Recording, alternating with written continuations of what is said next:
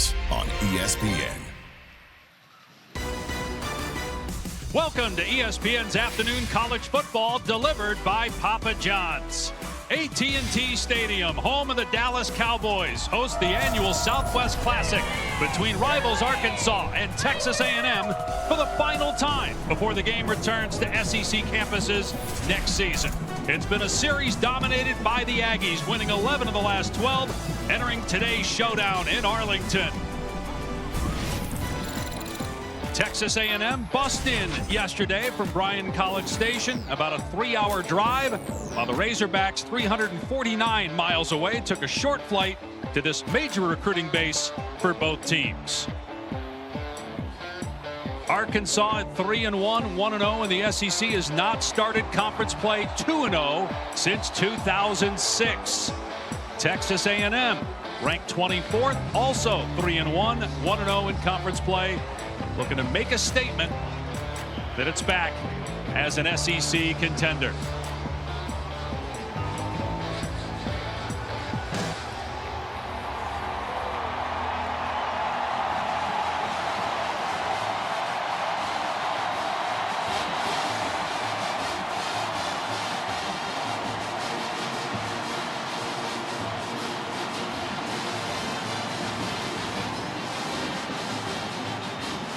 Hi, everybody. Dave Passion, Dusty Dvorak. We'll check him and Taylor McGregor here in a minute.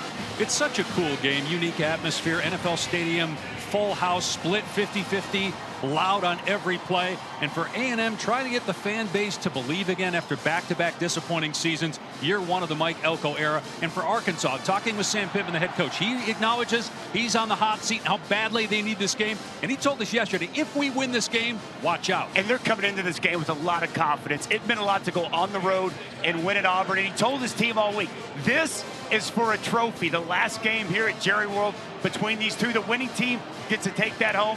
And he told us when they step on the field with Taylor Green, they feel they got a chance to win every game. This Aggies football team, they've got an excellent defensive line. Several NFL talented players. They're going to put Taylor Green, this offense, to the test here today. And at 3-1, it's a good start for Mike Elko. This could be a big springboard with a favorable schedule in front of him. And Mike Elko did not deny any part that this is a championship game type of atmosphere here in Arlington.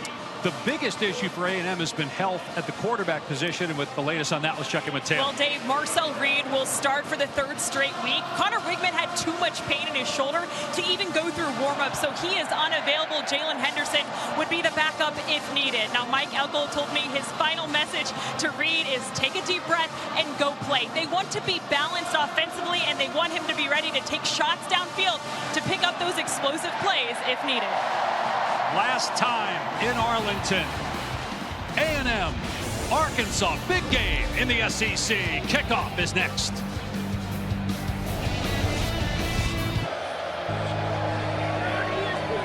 Welcome back to Arlington. You're watching the SEC on ESPN. At the stadium that Jerry Jones built, and the series at least played in this building that he orchestrated as an Arkansas alum. The Razorbacks and the Aggies. A&M won the toss and deferred, so Arkansas will get the ball first. Isaiah Satania, dangerous return man, is deep for Arkansas. It'll be a touchback, and so Arkansas starts on its 25-yard line. It's not Aikman, Irving, and Emmett, but Arkansas has its own triplets. Taylor Green from Louisville, Texas, about 25 miles north of AT&T Stadium. His #1 target, Andrew Armstrong, played at Bishop Dunn High School, and Jaquindon Jackson, the SEC's leading rusher, also from the DFW area. And Green, a transfer from Boise State, has the most rushing yards by a Power 4 quarterback, but he's going to lose yardage on the first play. Nick Scorton with the takedown back at the 23 for a loss of 2. And a name to keep an eye on all day. Nick Scorton, so big, so strong, one of the best defensive ends in all of college football, already making his impact on the first snap of the ball game. 4.5 tackles for a loss for the transfer from Purdue. Led the Big Ten in sacks last year. A swing pass out in space and a gain of 2. Satania dropped immediately. Des Ricks, true freshman Alabama transfer, Backup corner made the hit. Aggressive out there for this Aggies defense. Nice play on the perimeter.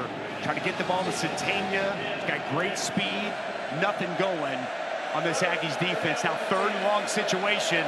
If you're the Aggies pass rush, you've got to be mindful of Talon Green. Nothing's down the field. His ability to pick up plays with his legs. In trouble, steps up, and now throws a deep ball, going for Tesla. Caught inside the 30. Tesla gonna take it in. Touchdown, Arkansas.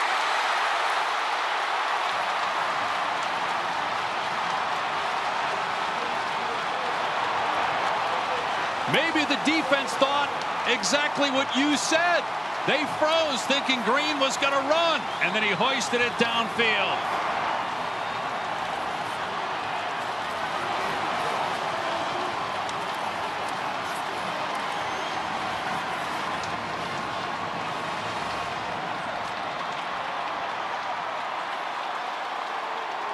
Kyle Ramsey on for the point after Talon Green's 5th touchdown pass of the season.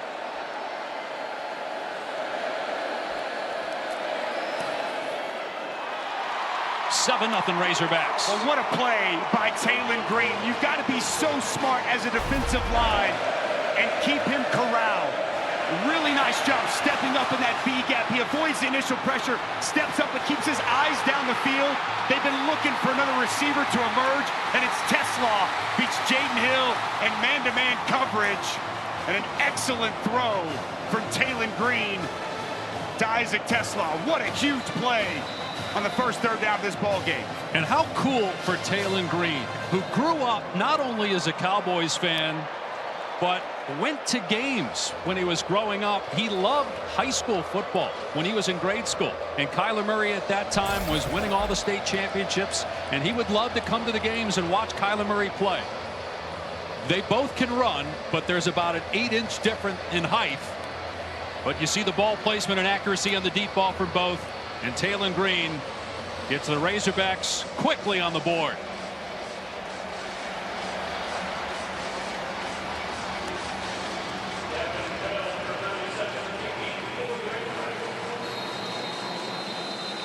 Devin Bale will boot it deep. True freshman Terry Bussey awaits on the goal line for Texas A&M.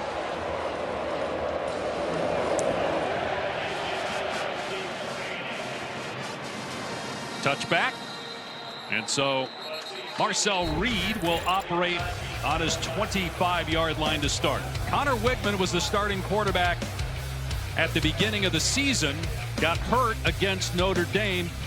Injured his shoulder in a loss, but he started week 2 against McNeese.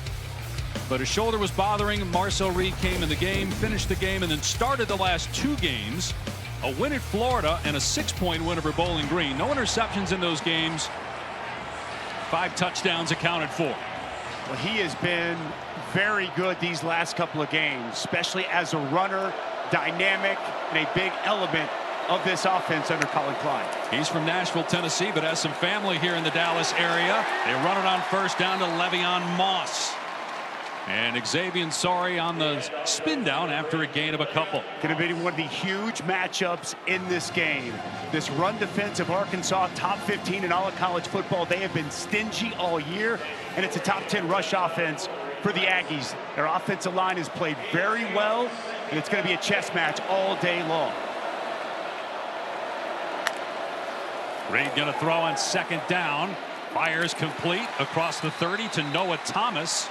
This is his 11th catch. He had 5 last week in a narrow victory against Bowling Green. It brings up third down at about 4. Marcel Reed really good in these spots on the perimeter. You give him a run pass option. Got to be mindful through this Arkansas front of his ability to run with the football.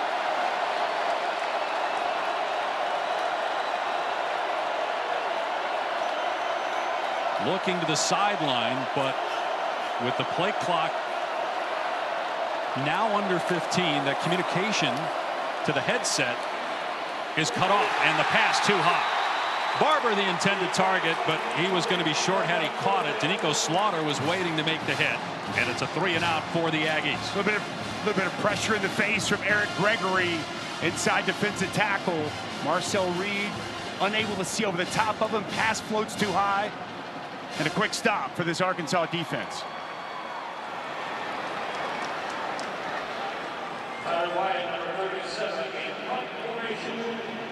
True freshman Tyler White on to punt. He had one block last week against Bowling Green. And Satania, the deep man for Arkansas, standing at his 25.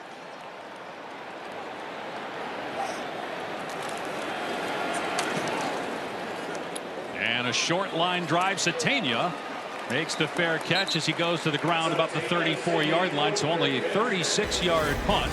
Arkansas's offense right back on the field after Taylon Green showing off the arm talent just outside a minute into the game in Arkansas. All right, Dustin, let's take a look at our impact players delivered by Papa John's. A couple of running backs on display today. The SEC leader, Jaquindon Jackson for Arkansas. And Le'Veon Moss has been really good for this Aggies offense. They're number 8 in the country in rushing yards. Both physical downhill runners that have a big impact on this matchup here today.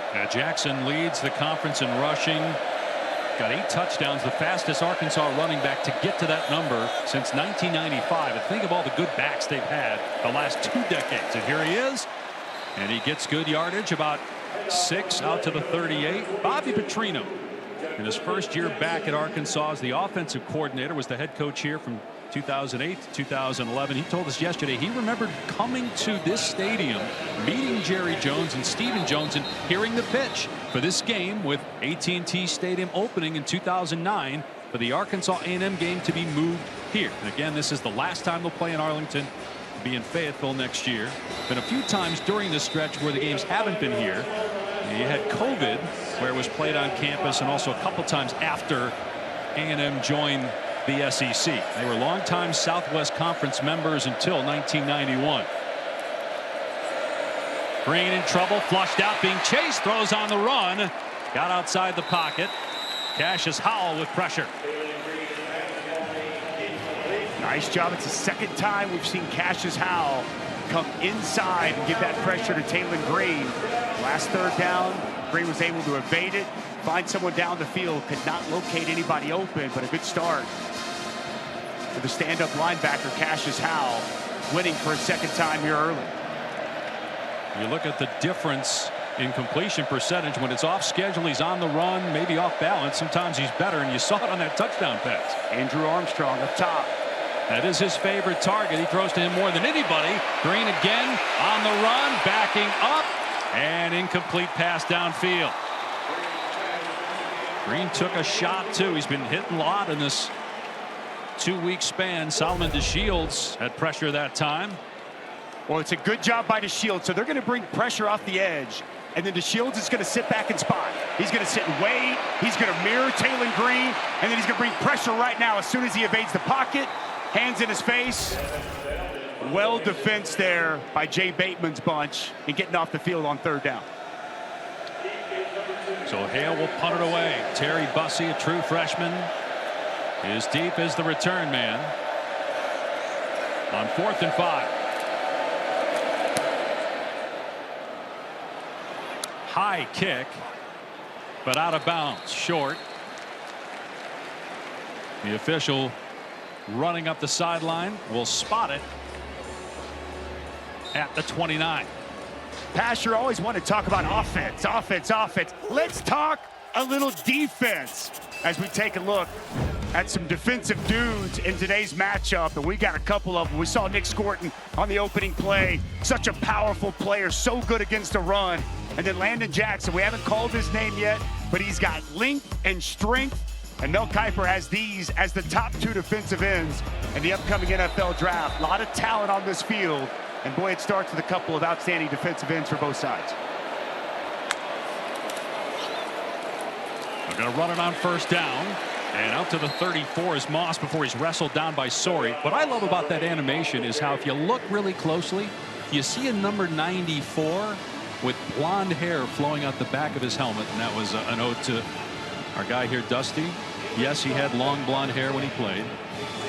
He also weighed about 70 pounds more. A little bit larger. I'm more excited about these guys on the field here today, making an impact on this football game. Now 2nd and 6 after the 4-yard run for Moss. And a low snap. Here's Moss off the left side with some room. And a first down to the 42-yard line. Again, Arkansas 14th in the country in rush defense. A&M 8th in rushing offense. Little pin and pull outside, down block with Ostrom. They pull around. Trey Zune, the offensive tackle, well schemed up there on that first down run. Long throw caught in Arkansas territory and a broken tackle. Noah Thomas down the sideline into the end zone. Touchdown, Texas A&M. 58-yard catch and run, and a chance to tie the game.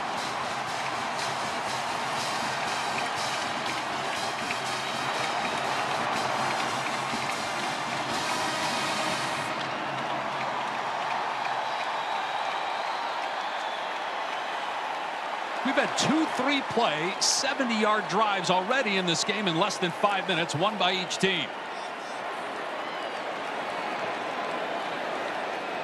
Second touchdown of the season for Thomas. 5th touchdown pass for Marcel Reed. And the point after evens the game at 7-all. Well, crazy things happen here in Jerry World in this game. And it's Noah Thomas with an excellent route. It starts with the route. He gets the DB to get turned around, starts up, works his way out. And it's Keon Stewart who gets turned around and has no chance. And then the big 6'6", 200-pound wide receiver makes one man miss, and it's heels to the field, and the Aggies with a big counter touchdown, all tied up here in Jerry World.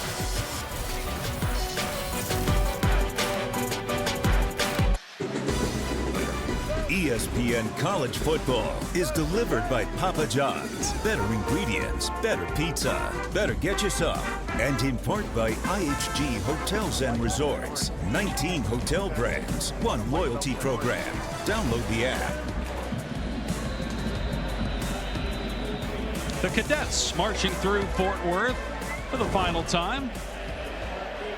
Back in 2009 when this game moved to AT&T Stadium. That became an annual tradition. Touchback, and so it'll be Arkansas ball at the 25. Well, don't forget tonight on ABC, number 2 Georgia at number 4 Alabama. We need to get Miss Terry as the picker for College Game Day every week for the rest of the season. She was terrific. By the way, first regular season Alabama-Georgia game on our networks since 2008. Alabama was ranked 8th. Georgia was ranked 3rd. Bama won 41-30. Was up 31-0 at halftime. You look at the last 7 years. 4 of the last 7 championships have gone to one of the 2 schools. Rodney Hill out past the 30 for a gain of about 7 on the play. It doesn't get any bigger. It doesn't get any better than Georgia-Bama taking center stage. Game day was fantastic. I actually thought Miss Terry's football IQ might be higher than Coach Saban, so take that for what you will. But so you can say that now that he's a colleague. That's right. Had you said that last year, you were getting a phone call. I'd be done. I'd be done. It's gonna be a fun game tonight, though, man. 2nd and 3.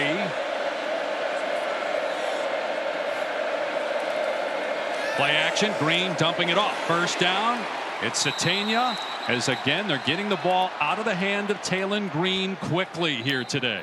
I like that play call. You know, first down, you get a nice chunk run, little play action, move Satania in motion, like to move that pocket. We showed you the graphic earlier. Talon Green, so much better on the move, off schedule. That's the design, move the pocket, nice easy throw, and as you mentioned, get the ball out quick.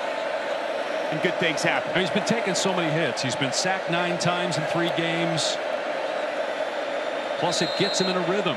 And he's getting used, as there's a flag down movement by Arkansas, getting used to the speed of SEC football. Remember, he's been playing at Boise State. False start on the offense, number 63. That's a 5-yard penalty. It remains first down. And that's something that Coach Petrino told us yesterday. He wants him not only get the ball out quicker, but put some more zip on the ball, because the corners of the SEC, they're going to break on the ball quicker than the guys he was playing against in the Mountain West, and he's taking some time to get used to it. I think that was a little eye-opening for Talon last week on the road at Auburn. That SEC speed, these SEC defenses, there's going to be a little bit of an acclimation period for him throughout this season. Green on 1st and 15 from the pocket. Throws complete. Jackson out of the backfield, and he stumbled and tripped out of play, but got the first down. A gain of 16. Jackson's 6th catch of the season. They want to get him more involved in the passing game. And he has been so good this year catching the ball. Bobby Petrino told us yesterday, got to get him touches. The former quarterback, a lot of space out in front, good design. Torian York, the linebacker, was in man-to-man coverage. He gets caught up in the trash, and an easy pitch and catch for another first down. Said he wants 5 catches a game from Jaquindon Jackson, along with all the carries he's going to get. Green hit again on a high pass. Trying for tight end Luke Has. Got off to a good start, but has been quiet. Just 1 catch the last 2 games. 2nd and 10. Nick scored. Watch him come shot out of a cannon off the edge here. And a big shot on Taylon Green. He's unaccounted for. He's unblocked. And he makes the quarterback feel it. Already a tackle for a loss in this game for Scorton. Preseason 2nd-team All-America. He's from Bryan, College Station, but he was not heavily recruited by A&M. He went to Purdue and transferred back home to play for the Aggies here in his final season. Green keeps it and dragged down at the 46-yard line by Torian York. Damian Sanford actually made the tackle, so a pickup of about 3. That's going to be an area throughout the course of this game to keep an eye on. That mesh point, that point of where Taylon Green makes that decision, give it to the running back, or do I keep it? Elects to keep it that time, and it's well defense and a good tackle in the open field by Sanford. Arkansas, the number 2 third down offense in the country. They bring pressure. Green doesn't see it. He's hit. The ball comes out, and it was recovered by Blackstock, the right tackle for Arkansas. Jaden Hill with the sack, forced fumble, and Arkansas will punt. Well, Jay Bateman dialing up some pressure here on this 3rd down. They're going to be the aggressor and come after. See Jaden Hill come from depth, gets home right as Taylon Green tries to deliver that football. Ball's out. Good on Blackstock to get on top of that football. And yet another shot taken by Taylon Green. He's a big guy, 6'6", 230, but they fake the punt here, and tons of room. Bale going to have the first down. He holds on to it as they try to chop it out, and the Razorbacks in business inside the Aggie 30-yard line after a 26-yard run by the punter. Wow. Sam Pittman pulling out the stops. 4th and 15, Dave pass from your own side, and you dial up the fake punt. The entire punt return unit of A&M all bailed. Nobody pays attention. Free throw right there, guys. Look at that hole. Wide open. Clearly something that they saw on film during the week. And boy, did they execute at a high level. What a call and what execution by the Hawks.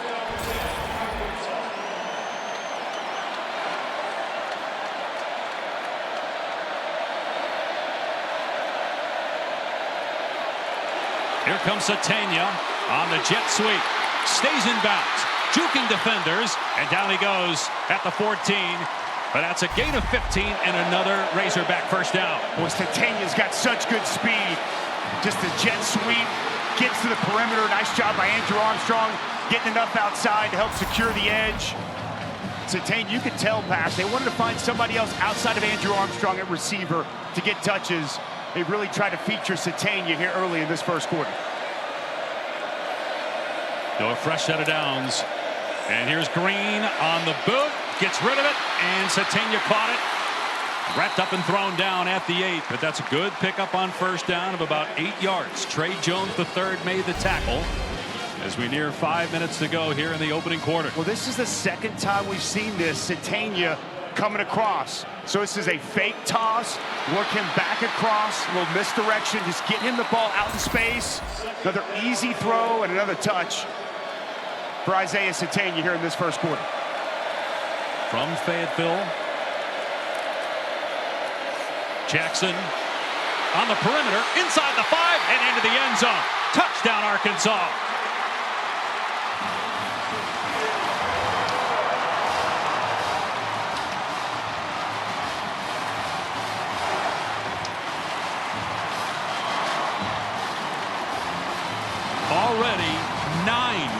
touchdowns for Jaquindon Jackson in just over 4 games played. Well, I want you to take a look at the left tackle, Carmona. Just a really good job getting up to that linebacker, Sanford. Also a nice job by Broden, the wide receiver. And that's just a walk-in touchdown for Jaquindon Jackson, who knows a thing or two about finding the end zone. Jaquindon Jackson grew up in Dallas. Bobby Petrino liked him coming out of high school because he was a dual-threat quarterback. He went to Utah, played some quarterback there, eventually switched to running back full-time, transferred to Arkansas, and has had a great season. But, of course, it was set up by the fake punt.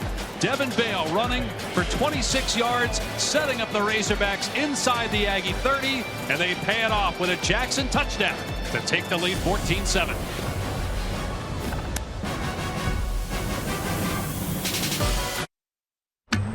The new 12-team college football playoff begins December 20th on ESPN. That's how I get by. And it's played out so much more intrigue with every regular season game. With the expanded playoff, there were some folks that wondered, would it take away from the regular season? No, it has enhanced it. You think about Ole Miss losing today, but obviously still very much alive for a playoff spot, and of course the SEC title.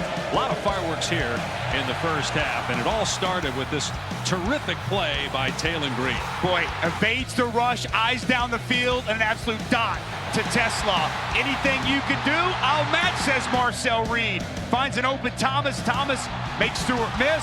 And then how about Sam Pittman? Calling for the fake punt, executed perfectly. And Jaquindon Jackson finishes off the drive with the second Hogs touchdown. Fireworks indeed. Here in the final time, we'll have the Southwest Classic at Jerry World. And think about this, coming in, A&M had given up 9 first-half points all season, and already 14 allowed here in the first half. Reed in trouble, and the true freshman takes off and gets belted at the 30-yard line by Davier. Brad Spence also trying to track him down. Gain of about 4 for Reed. For a good blitz coming downhill like Anthony Switzer.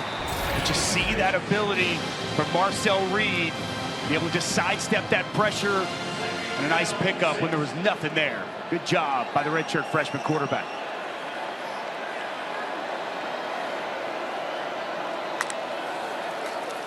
They got true freshman receiver Bussey in the backfield, and he's dropped by Spence after a gain of 1 or 2.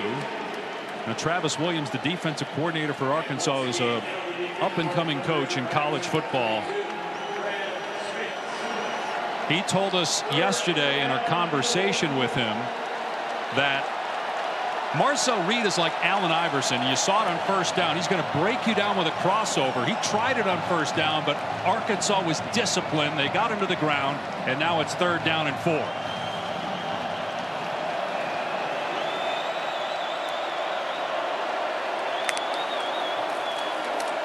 Reed steps up and drilled short of the line to gain at the 33. That was Landon Jackson, a guy you touched on earlier, Dusty, with the big hit, and A&M will punt it away. Well, they dialed up a pressure, but they dropped Landon Jackson back. As he sits back, nice job identifying Marcel Reed. Going to try to pick it up with his legs. And Landon Jackson with a nice tackle and getting his defense off the field. You touched on it, Travis Williams, the job he's done with this Arkansas defense. Last year you saw major improvement. The improvement continues. His personality, his energy, man, it's infectious on this Arkansas team.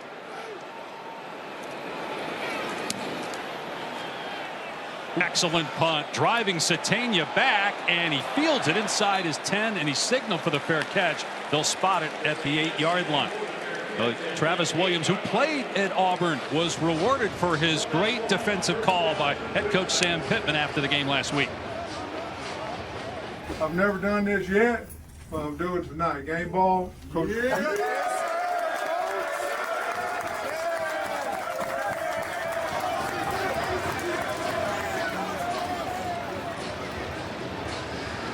And Williams told us first time he's gotten a game ball in 15 years. The last time was when he was a GA at Auburn in 2009. Gene Chizik was the head coach then. Gave him the game ball as a GA. Was an excellent player at Auburn. Played a little bit with the Falcons when Bobby Petrino was actually the head coach. Now they're working together. There's a pitch, and Jackson wrapped up at the 5 and spilled. Now let's check in with Taylor down in the field. Travis Williams' energy is infectious on the sidelines as well, Dave. He moved down from the booth to the field this year because he wanted to be able to look his players in the eye, and I can tell they feel the energy. Just moments ago, he had them all riled up talking about how good of a start they're off to. Now it's A&M's turn on defense, getting a 2-yard setback on first down. Green hits Armstrong. Great move in the open field. Armstrong past the 20. Up past the 30, and finally brought down after a gain of 27 yards at the 33. Well, just too much space out there for Javon Thomas. He's given ground, and he takes a poor angle. You got to get the receiver on the ground. But boy, Andrew Armstrong, one of the best in the SEC. Nice job of fading that initial defender, getting up the field, and a big chunk play to flip field position to pick up a first down. There's 13 more catches than anybody else on the team, and he missed the game due to injury. He is the go-to receiver for Taylor Green as the ball's on the ground. Green picks it up and looks to run, and he's tracked down for a loss of 10 back at the 23-yard line by Javon Thomas. But Javon Thomas missed the last tackle on the previous play. He's not going to miss this tackle. It looked like Taylor Green started moving before he took the snap. That snap was right there about waist high. He tries to make something out of nothing, but well defensed by Javon Thomas and a big negative play. And that's been the issue with Taylor Green. For every magical play, you see something like that where it costs his team 9 yards. He'll throw here to Tesla. An immediate tackle at the 31 after a gain of 7. Dalton Brooks is getting a lot more playing time because the starter at safety, Bryce Anderson, going to have limited action today because of his shoulder injury. He made the tackle. 3rd and 12 coming up. Arkansas wants to stay out of these positions. We did see earlier a 3rd and long situation. Obviously, Taylor Green able to make a big play down the field. So far, A&M has been very aggressive coming after Taylor Green. A lot of bodies along the line of scrimmage here. They rush 4 instead, and Green swings it out to Jackson at the 30 and tripped up at the 32-yard line. So just a 1-yard gain. DeShields got him to the ground, and so Arkansas will punt it back to A&M when we start the second quarter. Show pressure there, bail out, and nice job. Solomon DeShields. Jay Bateman told us he'd have a bigger role, showing good speed, getting Jaquinda Jackson on the ground. A ton of first quarter fireworks in Arlington, and it's the Razorbacks by 7 after 1. Welcome back to Arlington. You're watching the SEC on ESPN. Dave Pasch, Dustin Dvorak, Taylor McGregor. ESPN's afternoon college football delivered by Papa John's. Arkansas up 14-7 on Texas A&M. The Razorbacks looking to go to 2-0 for the first time in 18 years. A&M with the lone loss against Notre Dame, also trying to get to 2-0 in league action, and some movement by Arkansas pre-snap, setting up for the punt. False start on the offense, number 20. It's a 5-yard penalty, and it remains 4th down.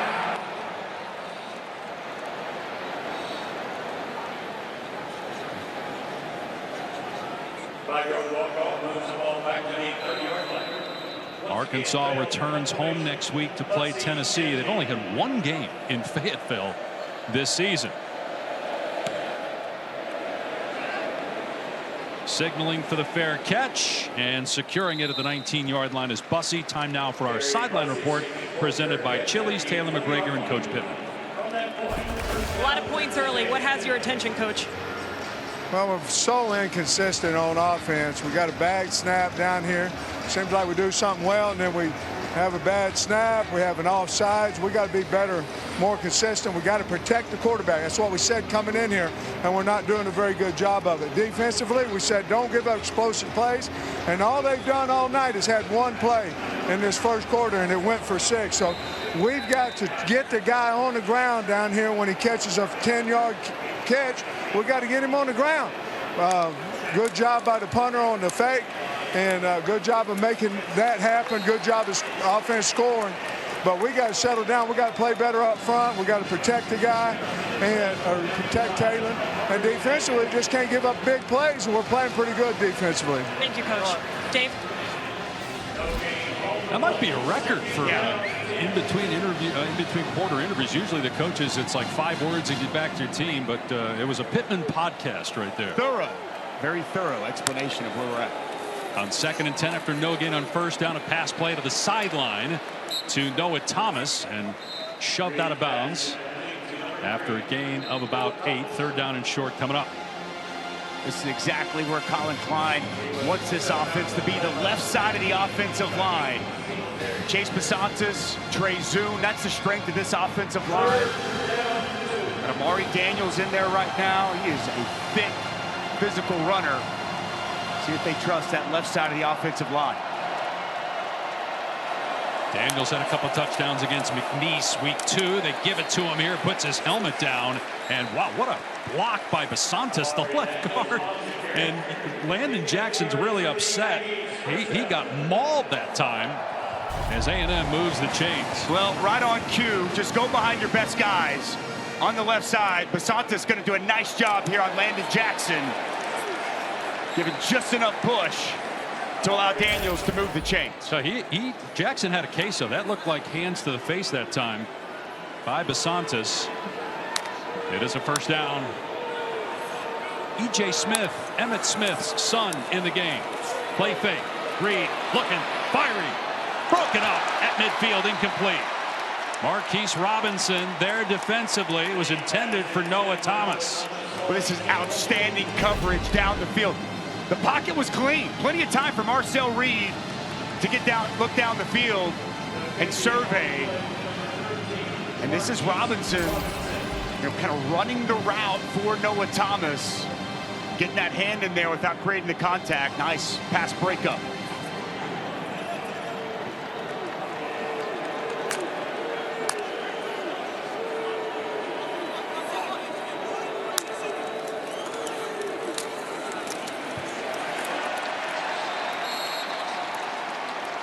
It is tough sled today, Mr. Pash, against this Arkansas run defense. We talked about this coming in. It was all about Texas A&M, their ability to run the football, top 10 rushing offense coming in.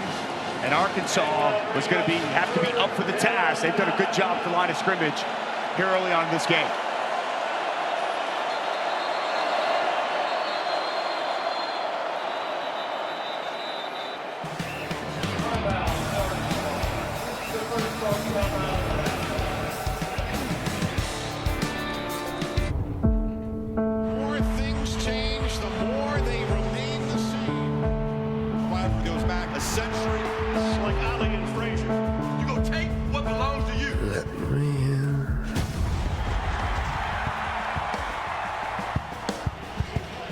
Just a great scene today. College game day. Can't wait for tonight.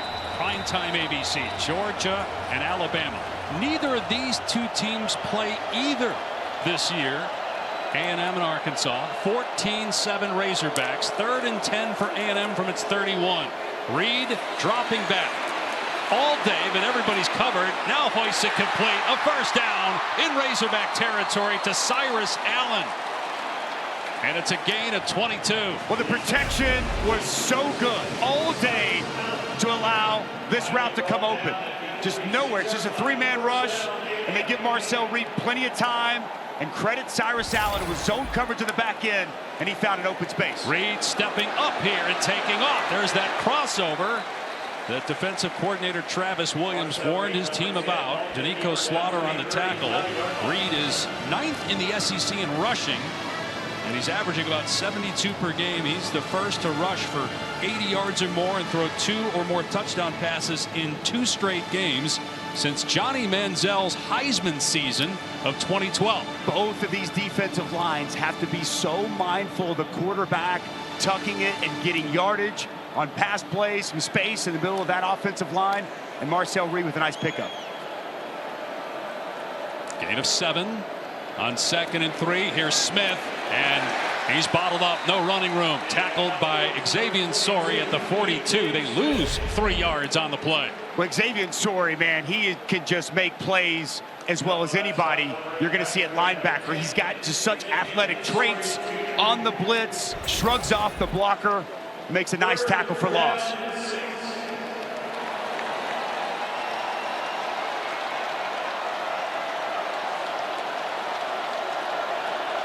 They're going to heat him up, showing pressure here. And it's Reed taking off and spun down short of the line to gain. And they might go for it. And perhaps that's the reason why they called that play there on 3rd down and 6. It's a gain of about 4 for Reed. What's a design quarterback counter from Colin Klein. Trusting his quarterback, well defended. A nice tackle by Jaden Johnson. There's no doubt that's 4-down territory. Got to think Mike Elko told his offensive coordinator prior to that, you got 2 plays to pick this up.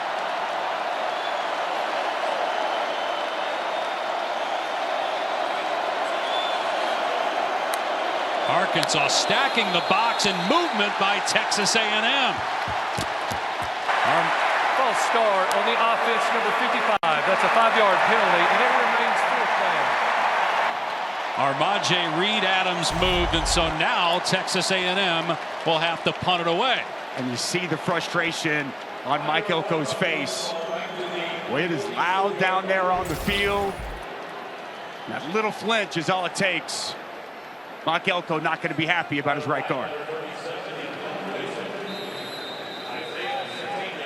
So Tyler White on to punt it away to Satania.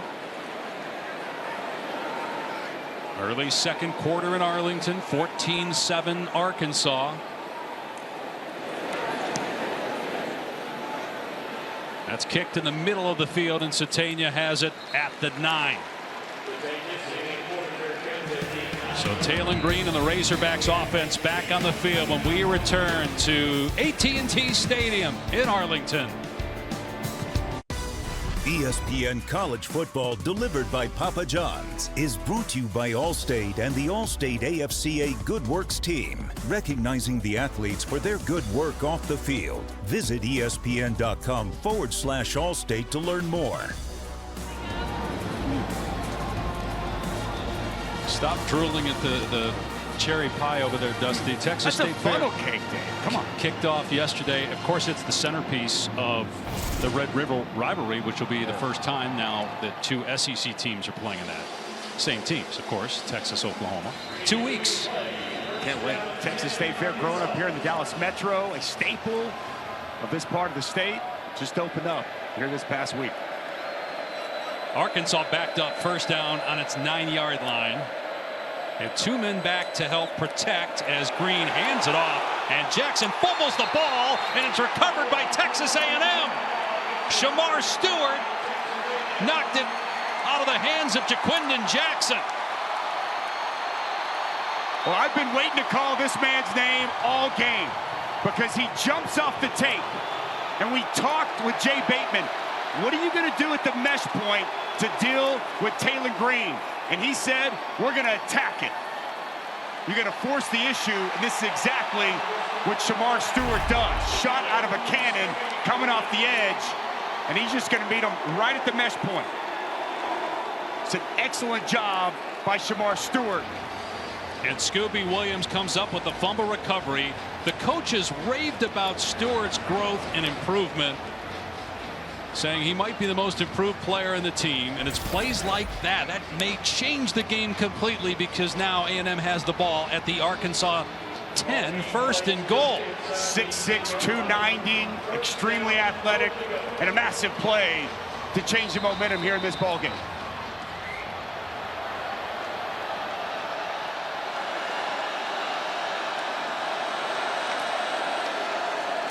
It's going to be Moss on 1st down, and he gets dropped at the 5. Big hit by Davier, but still a gain of 5 for Le'Veon Moss, who had 100 yards rushing in this game last year.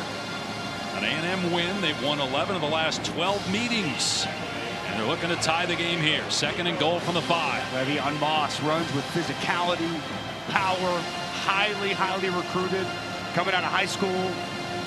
Had a great start to the season. Talked with running backs coach Trooper Taylor before the game, and he was just raving about Le'Veon Moss and what he's been to this offense this year. Reed gonna keep it here, and Reed's into the end zone for the touchdown.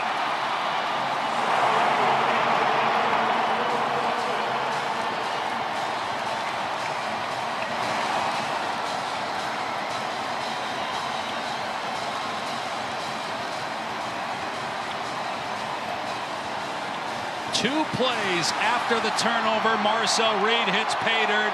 His second rushing touchdown of the year. Boy, that's Colin Klein written all over it.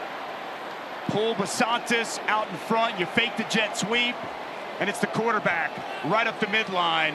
Excellent execution on the touchdown. Colin Klein, who was a Heisman Trophy finalist when he played at Kansas State the year Johnny Manziel won it in 2012. Spent the last 7 years as a coach at K-State, now the OC for Texas A&M. Well, it starts with the defense. Shamar Stewart, this talented defensive line, comes up with a massive play in the takeaway. And it's the redshirt freshman Marcel Reed in the end zone. We're all tied.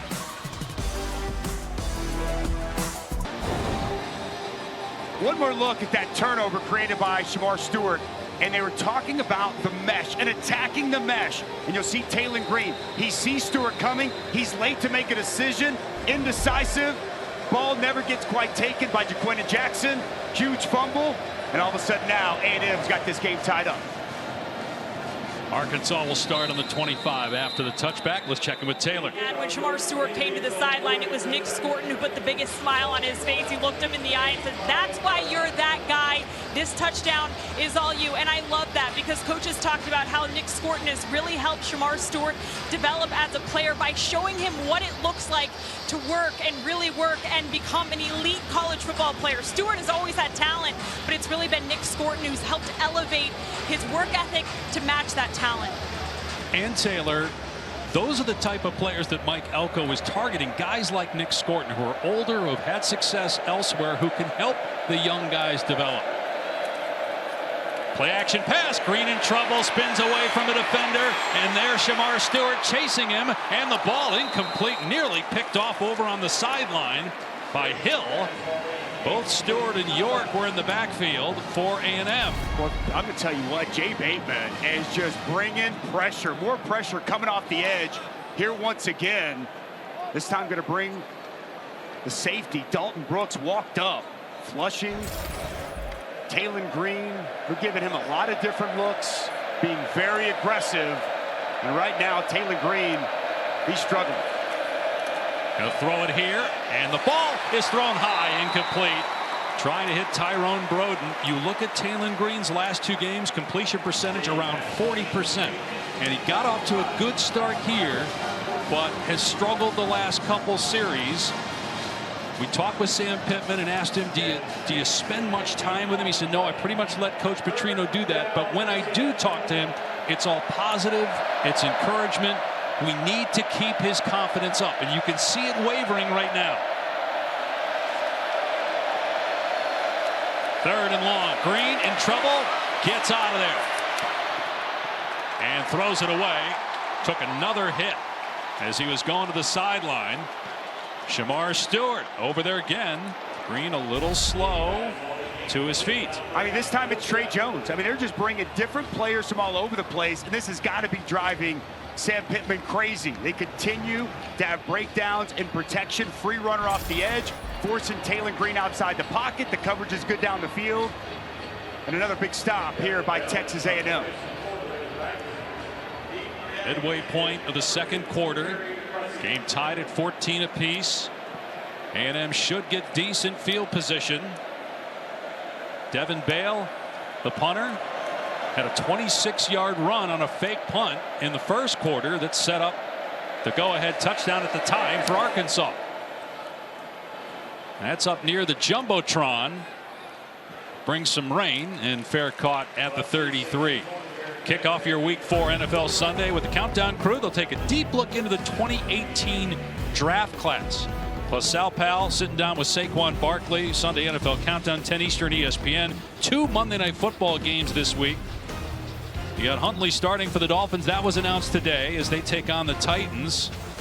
And then 5 teams are 3-0. The Seahawks are one of them in the post-Pete Carroll era. They take on the Lions at 8 Eastern time.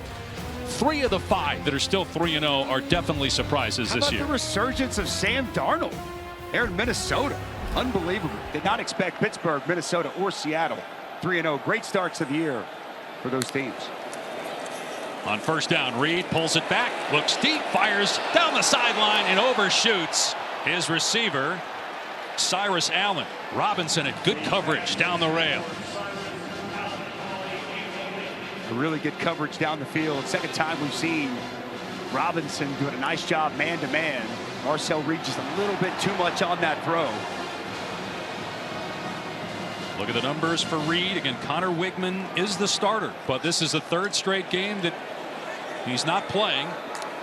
Reed played just a few games last year before redshirting, getting the start again.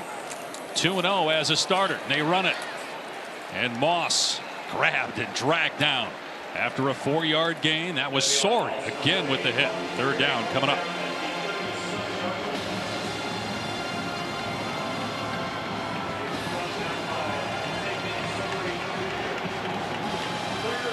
Seen Travis Williams be aggressive in these spots, try to bring some pressure on Marcel Reed. Need to get to the 44-yard line. It's the pressure. We've seen them back off though a couple times when they've shown that, but here they come. And Reed hit as he throws, and the pass incomplete. There was a lot of contact downfield. Sorey had pressure. Trey Watson was the intended target.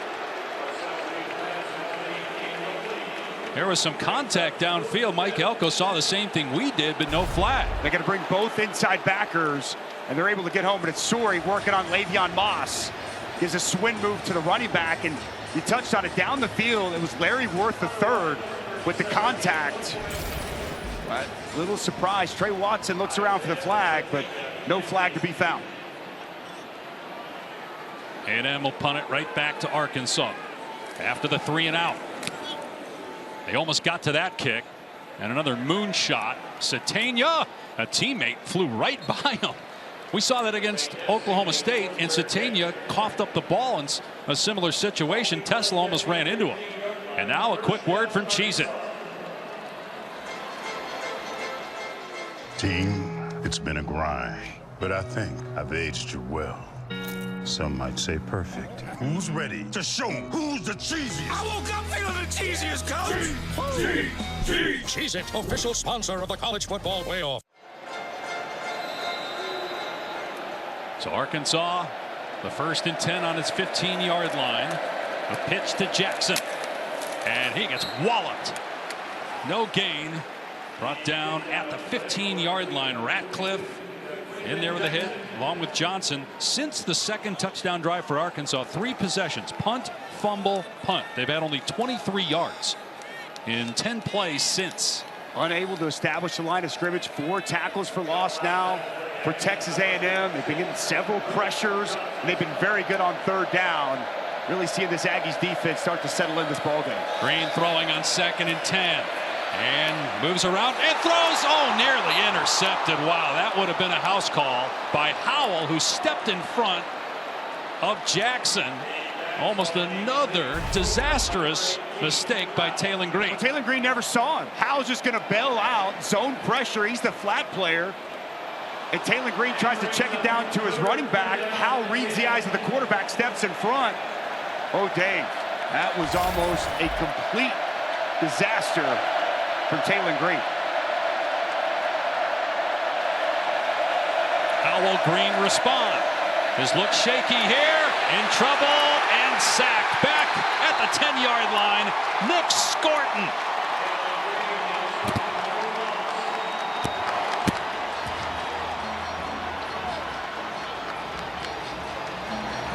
Well, this defensive line, they've got their ears pinned back and they're coming. You're going to see Scorton off the edge, but you're also going to see inside good pressure from Shamar Turner.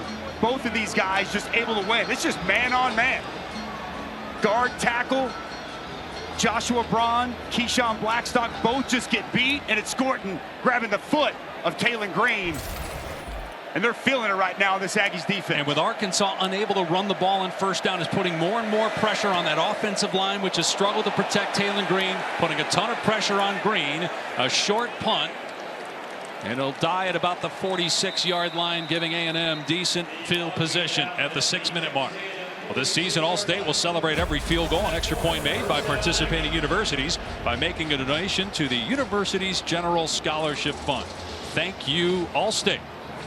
Dave Pasch, Dusty Dvorak, Taylor McGregor here. Final time that A&M and Arkansas will play at AT&T Stadium in Arlington. The series moves back to campus next year. It'll be in Fayetteville. These two teams first played in 1903. They were Southwest Conference members for a long time until the Big 12 came calling and pulled Texas A&M away, and so they came up with this series to bring the two rivals back together. And then, of course, A&M joined the SEC, and now they play all the time. No divisions anymore, so they won't play every year. Deflected pass by Robinson, incomplete, as Reed was trying to get that out on the edge. Boy, they brought the corner blitz, and it's a good job by Robinson getting his hands up and the pass deflection, because there was nobody out in the flats. A lot of green grass out in front. Well done to get a hand on that football.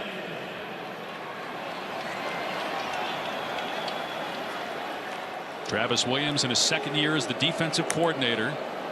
Future head coach for sure. Dynamic personality. Low snap. Reed scoops it up and hands it off. And Daniels powers out to the 49. A 3-yard run right into the meat grinder of that defense for Arkansas. Very physical game. And it's third down now. Exactly what we expected coming in here. Good on good. Both these teams want to establish a line of scrimmage, and a lot of success by both run defenses here in the first half of this ball game.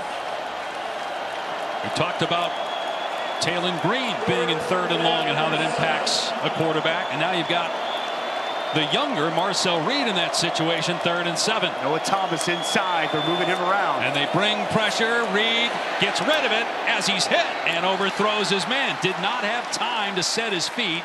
Trying to hit Thomas downfield. And another punt. After all the first quarter fireworks, the offenses can't do much since. Well, Davier with a nice inside move. He's able to get home and get pressure. We continue to see Travis Williams dialing up his own blitzes, forcing that ball out just too soon. He wanted to find his big 6'6" Noah Thomas. Just doesn't have the time. Tyler White punted away. Satania back again. The last two possessions for Arkansas have started at the 9 and at the 15. And this one will begin at about the 6 after the fair catch by Satania. We've been talking about a lot of pressure from Texas A&M. Down up pressure. It's this talented front all throughout the course of the day. Jay Bateman said, we're going to come after Taylon Green, and they've been coming here all afternoon. And Arkansas has got to do a better job. It's one thing to get beat, as we see here on this sack from Nick Scorton, but misidentifying the pressure. And it's not just the O-line, it's the running backs as well. That was an issue, talking with Sam Pittman, that they've had the last couple of weeks. They've worked on a lot all week, and the struggles continue here in the first half, Dave. I mean, look at the disparity, Dusty. -4 yards here in the second quarter after that great first quarter. And here's a pass that hit the defender, incomplete. Armstrong, the intended receiver, Will Lee the third in coverage. I don't think Will got his head around. Hard to tell if he interfered with Armstrong, who's down. And that could be huge. Armstrong was injured in camp and missed the season opener.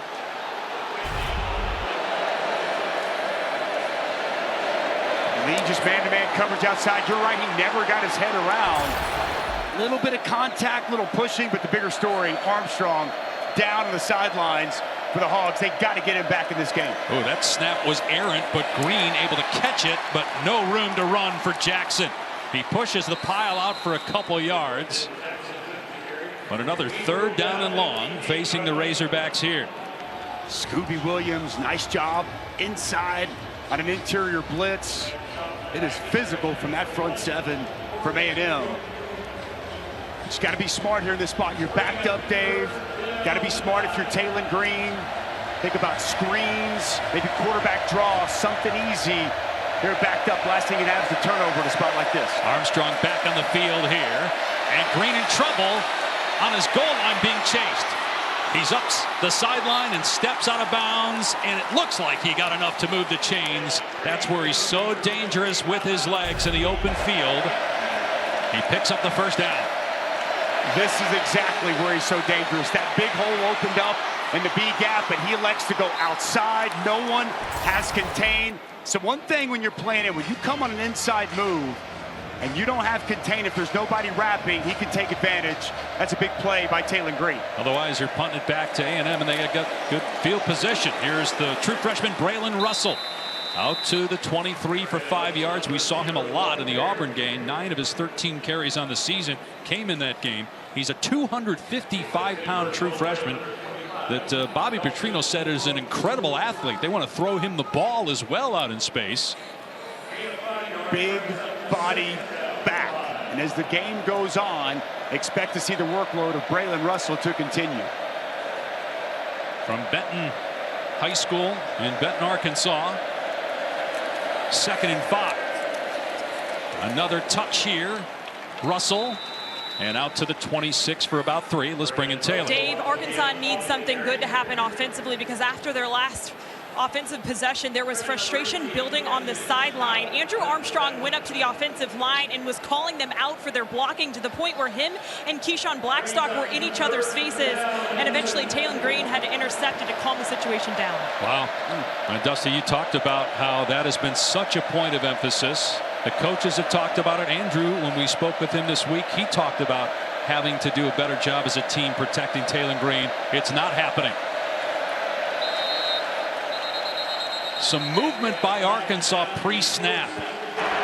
False start on the offense, number 55. That's a 5-yard penalty, and it remains 3rd down. That's on Carmona, the left tackle. So instead of 3rd and 2, now it's 3rd and 7 for Taylor Green. WNBA playoffs roll on tomorrow. A pair of game 1s and the best of 5 semifinals. Aylin Clark and the Fever are out. Connecticut knocked them out of the postseason and now opens up the series with Minnesota on ESPN, and on ABC got the Liberty and the Aces. Well, it's such a punitive mistake by Carmona. You're 3rd and 2, you're running the football. Now this changes everything about the play call for Bobby Petrino. Green's pass caught. Armstrong close to the line to gain, and it looks like he's got it at the 29. That'll likely take us down to the 2-minute timeout. 1st down, Arkansas. Watch the strength, and you see Lee. He's got hands on him. It's a physical contest. But Andrew Armstrong, just so strong, tough to cover, able to fight through that contact and pick up a big 1st down. And maybe that will get the confidence of Taylor Green going. Back-to-back 3rd down conversions for the Arkansas quarterback.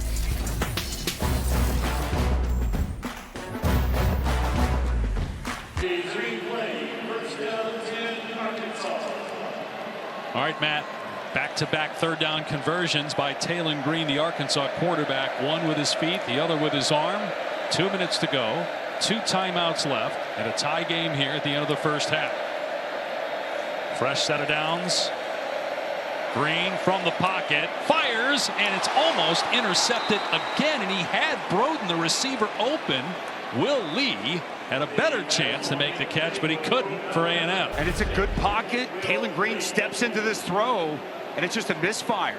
As you pointed out, he's got Broden on a post in the middle of the field, and that ball well behind his intended target. And once again, lucky, Will Lee doesn't pick that pass off.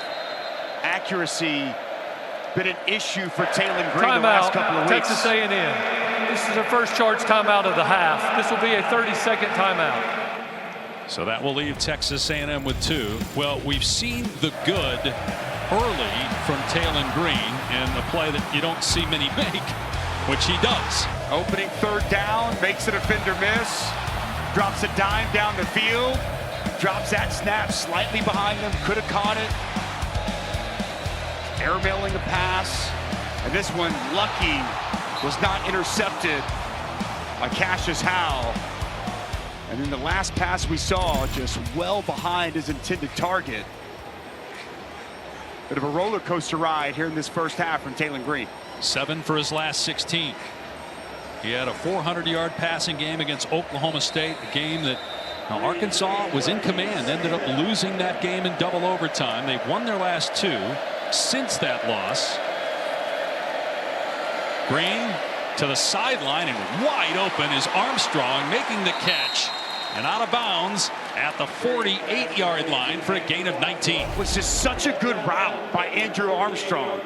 And he's going to run the defender Des Riggs off. Des Riggs continues to bail, gets lost. Nice find by Taylon Green. Good confident throw and a nice first down. Green to the air again, in trouble. Scorton got pressure. Green on the run, throws on the run, and coming back to intercept the ball is Ricks, the true freshman. Bad throw by Taylon Green, getting yelled at by Bobby Petrino as we speak. Well, Taylon Green does a good job avoiding the pressure and then just takes the chance that he does not need to take. It's an excellent job by Des Ricks, recovering, stepping in front of this pass. Taylon Green gets outside the pocket. I'm surprised he didn't just take off and run and see what he could get. Instead, he tries to force something that isn't there. That's an excellent play by Des Ricks, undercutting that route and getting a big takeaway here before halftime. And Taylor told us during one of the breaks that in a conversation between Green and Bobby Petrino, coach told him, you can't play quarterback here and not play smart football. And we see another error. There's another conversation going on. You can probably guess it's the same type of discourse from Coach Petrino. Daniels out to the 39. Petrino did tell us yesterday that he takes hard coaching well. And you know, with Coach Petrino, you're going to get coached hard, but you're going to get coached well. No question about that, Dave. And there's no reason to force the issue in that situation. Clearly a teachable moment and learning lesson, and we'll see if it pays off throughout the course of the rest of this game. On 2nd and 5, Reed in trouble, got rid of it, and it's incomplete. Boy, 2 Arkansas defenders froze. I think they were worried they were going to collide, and nobody went to the ball. Let's check in with Taylor. Seeing an offensive coordinator like Bobby Petrino spend more time with his quarterback. He wants to know everything that Taylon is seeing and why he's making the decisions he's making in game. That's what I keep hearing him ask. Why? Why did you do that? Why did you do this? He wants to know everything. I think a lot of Arkansas fans are wondering the same thing at home. Meanwhile, 3rd and 5, final minute of the first half. A&M on its 38. Reed back to throw, gets hit as he fires complete to midfield. A first down. Barber brings it in to Arkansas territory. Clock will stop to reset the chains. Well, it's a big-time play by Marcel Reed. Dial up the pressure, it gets home, steps into that throw, and he finds Barber for a big first down. 2 timeouts left for A&M. They don't use one here. Clock starting on the ready for play. Here's Reed unloading through the hands of Barber. Well covered by Slaughter. Clock stops with 32 seconds left. Back to this 3rd down conversion. Pressure's going to come home, but you see Marcel Reed stand strong. It's a good route by Barber. Sits it down in zone coverage. Just another good throw. Slightly behind Barber, but a catchable football. Marcel Reed trying to pay off the takeaway from his defense. Just 5 of 13 passing so far in the game.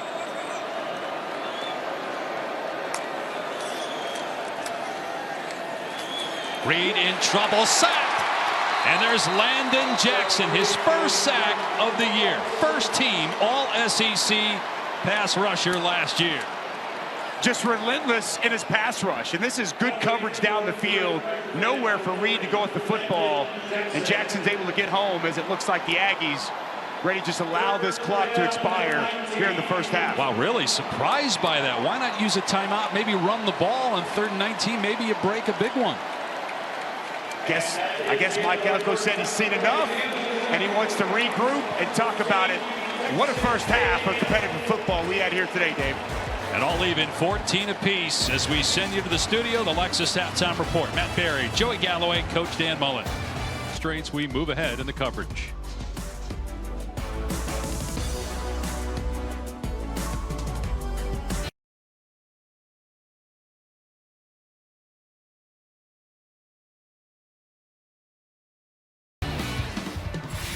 Welcome back to ESPN's Afternoon College Football, delivered by Papa John's.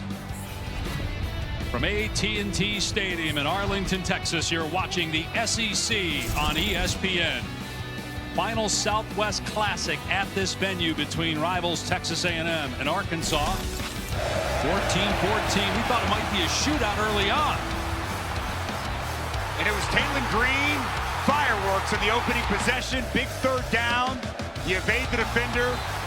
You make the deep shot. The fake punt executed to perfection. They score a touchdown. After that, and boy, this was a game-changing play by Shamar Stewart. Big hit on the running back, quarterback right there at the mesh point. Sets up a short field and a touchdown. And then a late interception by Taylor Green has us knotted up at 14 apiece here at the half. Our Players Spotlight brought to you by Tide. 50% completion rate for Taylor Green, the interception. Also the lost fumble that A&M quickly turned into a touchdown. The Aggies will get the ball to start the second half. Both teams at 3-1 and 1-0 in conference play. The last time Arkansas started 2-0 in the SEC was back in 2006. Meanwhile, Texas A&M, year one for Mike Elko, trying to win some of the trust back from the fan base after back-to-back disappointing seasons under Jimbo Fisher. This will be a touchback. A&M will start on the 25. And in the booth, Dave Pash, Dustin Borchek with Taylor McGregor down on the field. All right, give me something to look for each team here in the second. I think it's similar for both teams. Neither team's been able to run the football. I mean, both these teams coming in were top 4 in the SEC and run the ball. Defenses have settled in. I think the team that can establish the line of scrimmage, get their running game going, is going to have a huge advantage in this second half. And Jaquindon Jackson, 5 carries, 12 yards. He's the leading rusher in the SEC coming into this game. We'll see if they start to get him more involved. Yeah. And similar, I mean, this is the leading rushing offense in the SEC for A&M, and they've been held in check here in this first half. It's play action on first down. Reed on the move, launching it deep, downfield, got a man. He overshot Noah Thomas. There is a penalty marker down in the backfield. Personal foul, roughing the passer on the defense. Number 0, forcible contact above the shoulders. 15-yard penalty will be enforced from the previous spot and carries an automatic first down. That's Nico Davier with a costly penalty. Boy, big opportunity for Marcel Reed. Just the right hand to the face. It's an easy call for the official, even though a love tap from behind from Landon Jackson afterward. Got to be smarter in that spot. Free yardage on the opening play. So a first down at the 40 now.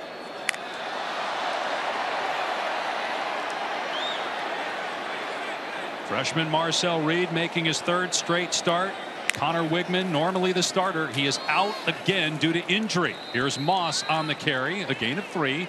Let's check in with Taylor. Dave, both coaches basically said the same thing. They feel like their defenses are playing really well, but the trouble has come on offense. Mike Elko said it very plainly. He said, we are getting our butts kicked on the line of scrimmage, needs his offensive line to play better. And to his point, they have just 46 yards rushing after averaging 256 coming into this game. And as for Taylor Green, Coach Pittman said he is rattled. We need to get him some quick completions early and get our run game out to help him. And that's been the issue. The lack of running game put them in 2nd and long and 3rd and long. And Arkansas got a pretty good front against that offensive line for A&M. And we see it right there with Reed trying to run the ball. Just no room whatsoever. It's going to bring up 3rd down. Jaden Johnson making the play there for the Razorbacks. Well, it's a really good job. Johnson's going to be coming off the edge out of your screen. Reed zone of their own. Marcel Reed going to keep it. Johnson right there, ready to answer the bell.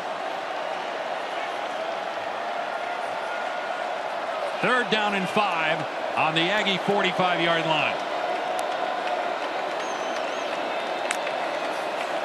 4-man rush. Reed with time. Throws it deep. Incomplete. Not on the same page with Barber, his receiver. And it's 4th down. Yeah, just miscommunication down the field. Barber shuts down his route, thinking something totally different. Marcel Reed thinks he's going to continue down the field. Miscommunication leads to the incompletion.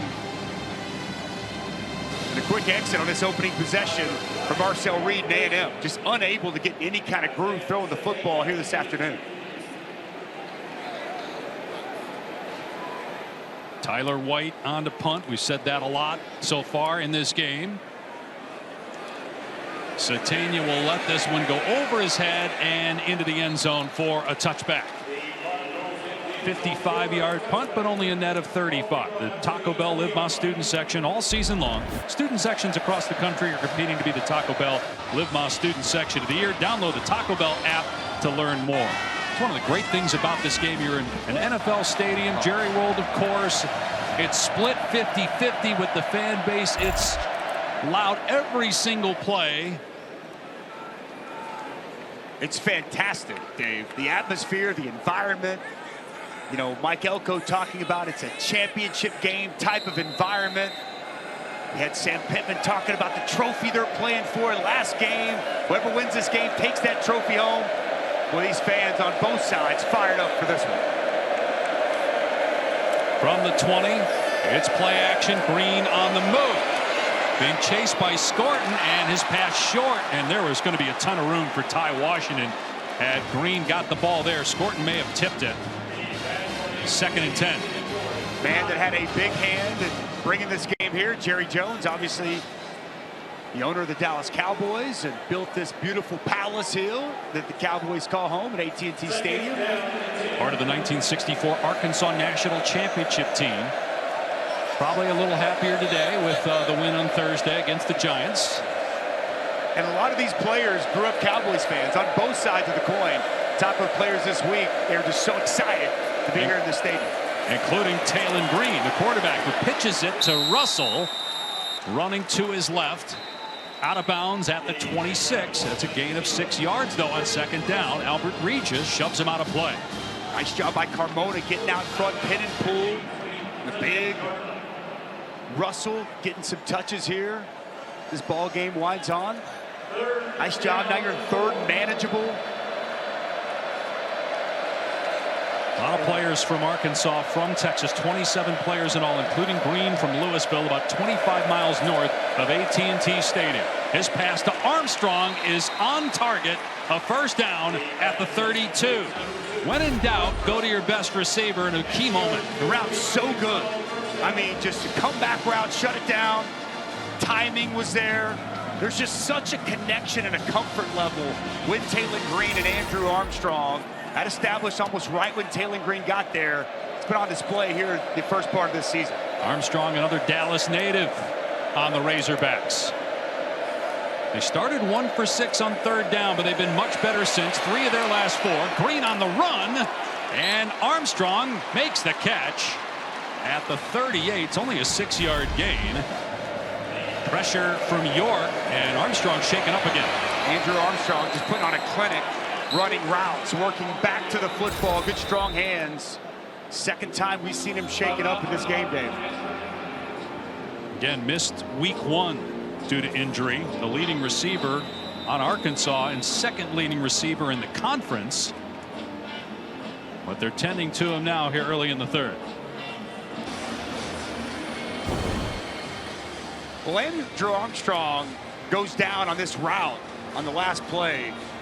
Can't tell it, kind of hard to tell exactly what happened. You can tell as he came out of that break, kind of came up lame. He's working over on the bike, but hard to put into words exactly what he means to the passing attack and this wide receiver core for Arkansas. On 2nd and 4, Green fires complete. A rare Luke Haas sighting, and immediately he comes up holding his back. It's his 1st catch of the day and just his 2nd in the last 3 games. Remember, last year he broke his collarbone in this game against Texas A&M, missed the rest of the season, and he'll go to the sideline. They really wanted to get him more and more involved. Finally a touch and a quick exit. Big Braylon Russell in there once again in the 2nd half.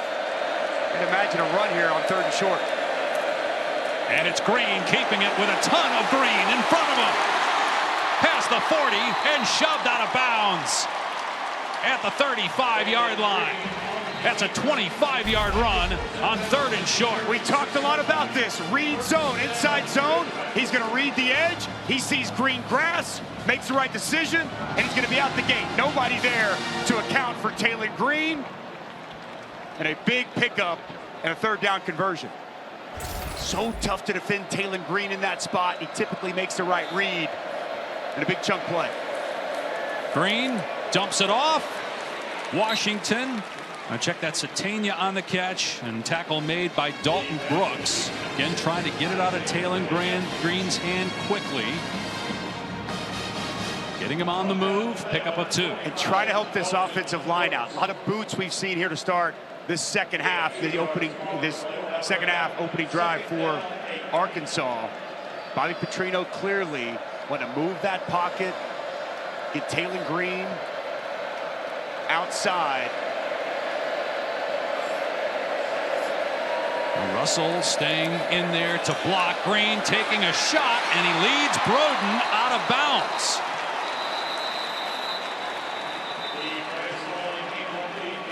Broden, who has been really quiet the last 3 games, no catches. He had a touchdown against Oklahoma State. There is a penalty marker down, and it's going to be on Arkansas anyway. Ineligible player downfield on the offense, number 8. He was covered up. That's a 5-yard penalty with a replay of second down. So that's Ty Washington, and he'll jog to the sideline after the penalty. So no Has, no Armstrong in the game right now. Where does Arkansas go with 2nd and 13 at the 39 of A&M?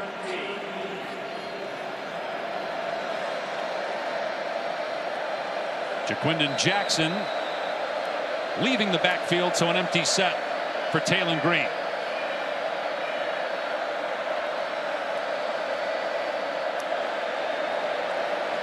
Green throws complete across the middle. And down to the 31-yard line, Jordan Anthony, who was at Texas A&M a year ago.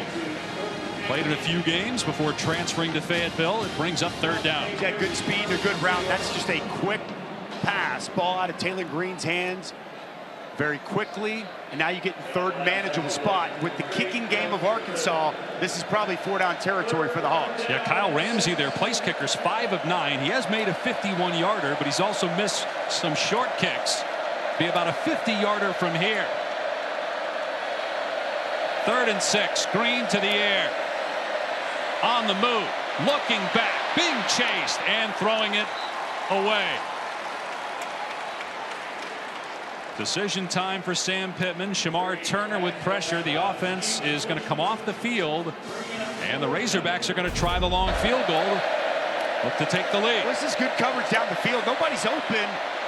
But as we see Taylor Green work outside, nobody's working back to the football. Nobody trying to give him a target.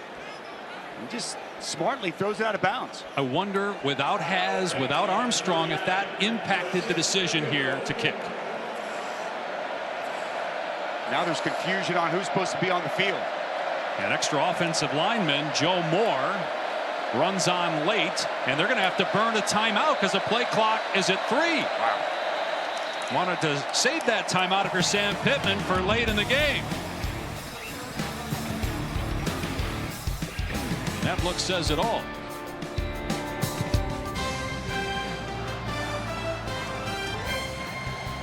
Lee Corso today with College Game Day in Tuscaloosa went with the Tide. Bama, Georgia. Tonight, our ABC College Football Saturday night matchup. Coverage starts 7:30 Eastern Time. Who you got? It was a clean sweep. Everybody had Bama. You know what I say to that? Not so fast, my friend. Giving him dogs and that defense stepping up big tonight in T-Town. Here, Arkansas looking to take the lead. Kyle Ramsey has made a 51-yarder this season. This would be a 50-yard field goal. Early 3rd quarter, looking to put the Razorbacks on top. It's a fake. In trouble is Devin Bale, and he's down at the 38. They ran a fake punt with Bale in the first half, and it worked. He ran for 25 yards. Now they try a fake field goal. It is a failure, to say the least. and A&M takes over. Well, Devin Bell was the leading rusher prior to that play with the fake punt. Maybe they wanted to say, hey, we're going to put the ball in his hands. A gamble that does not pay off. Talked about the execution of the fake punt. This is a poorly executed fake field goal. He's looking to throw the ball, and there's nobody to throw the football to. Boy, well defense and stopped there by A&M, but kind of start to scratch your head. The thought process there, and the fact that they burned a timeout prior to that. Yep. Bad sequence of events for Sam Pittman and the Hogs. And so it'll be Aggies ball on their 37-yard line. Marcel Reed, redshirt freshman quarterback from Nashville, Tennessee, stepping up, throwing complete across the middle. Noah Thomas into Arkansas territory for 19 yards. What's man-to-man outside, and Noah Thomas just wins inside. Marcel Reed, the RPO action, middle of the field's open. A nice completion to start this drive. 4 catches, 92 yards on the day for Thomas. 9 catches the last 2 games. He's become Marcel Reed's favorite target. Reed in trouble and sacked back at midfield. We talked about that defensive line of Arkansas. Quincy Rhodes Jr. with the takedown. Well, Quincy Rhodes going to come inside, working on the guard, Reed Adams, and it's a win. Just continues to stay with it. Brought pressure by Slaughter off the edge. And it's a big sack by Rhodes. Again, Connor Wigman unable to go. Did not suit up for the 2nd straight game. He did suit up against Florida 2 games ago. They wanted him to work out before the game in warm-ups. See if he can throw the ball. With that injured shoulder suffered week 1 against Notre Dame, but he could not. Low snap. And they run Daniels on 2nd down and 17, and he only gets a couple. Slaughter there again defensively. Meanwhile, Rhodes a little shaken up for Arkansas. Nice effort to the football, boy. I thought Slaughter coming off his best game against Auburn a week ago. So good setting edges in that nickel spot.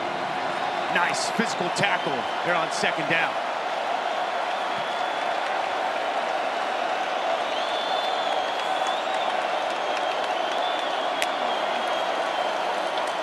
Reed on 3rd and 14.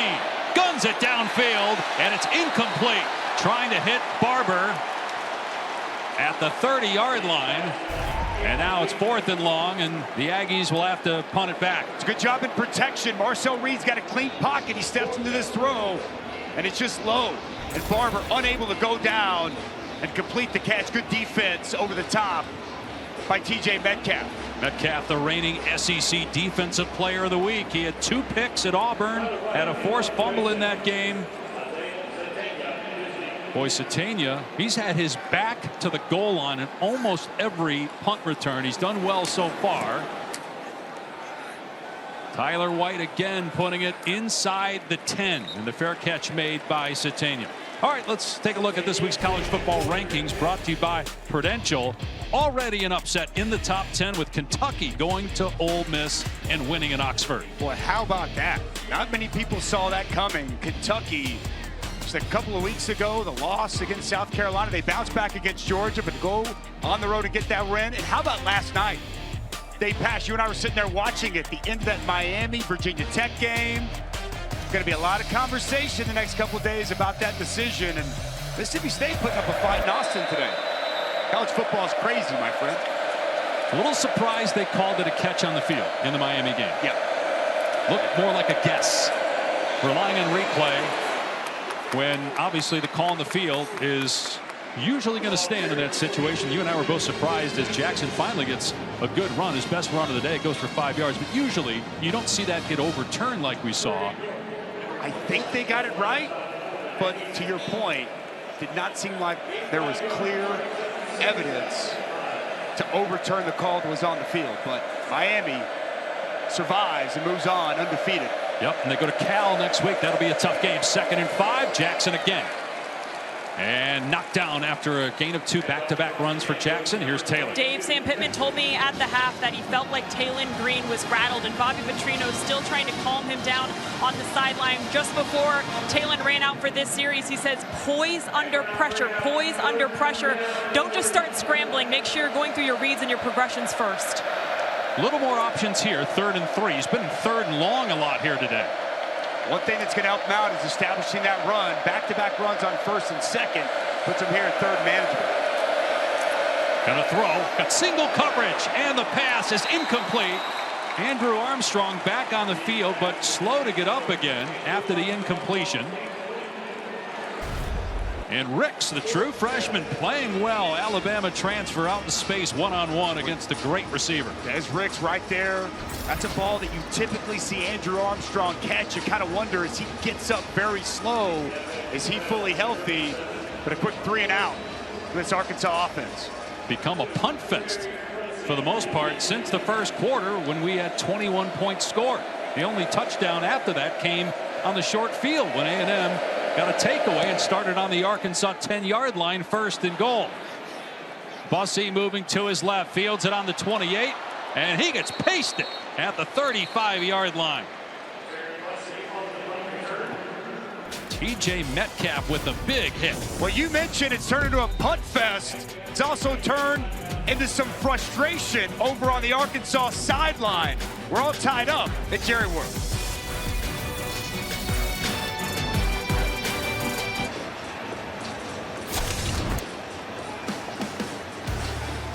Well, A&M came in with the 8th best rushing attack, and Arkansas the 14th best rush defense, and the Razorbacks have won that battle today. Sam Pittman said he told his team something's got to give. It's good on good, and the winner of this matchup would likely win the game. Advantage Hogs here through almost 3 quarters of this football game. And the quarterback, Marcel Reed, has struggled for A&M, just 6 of 17 passing, so Arkansas's defense deserves a ton of credit so far.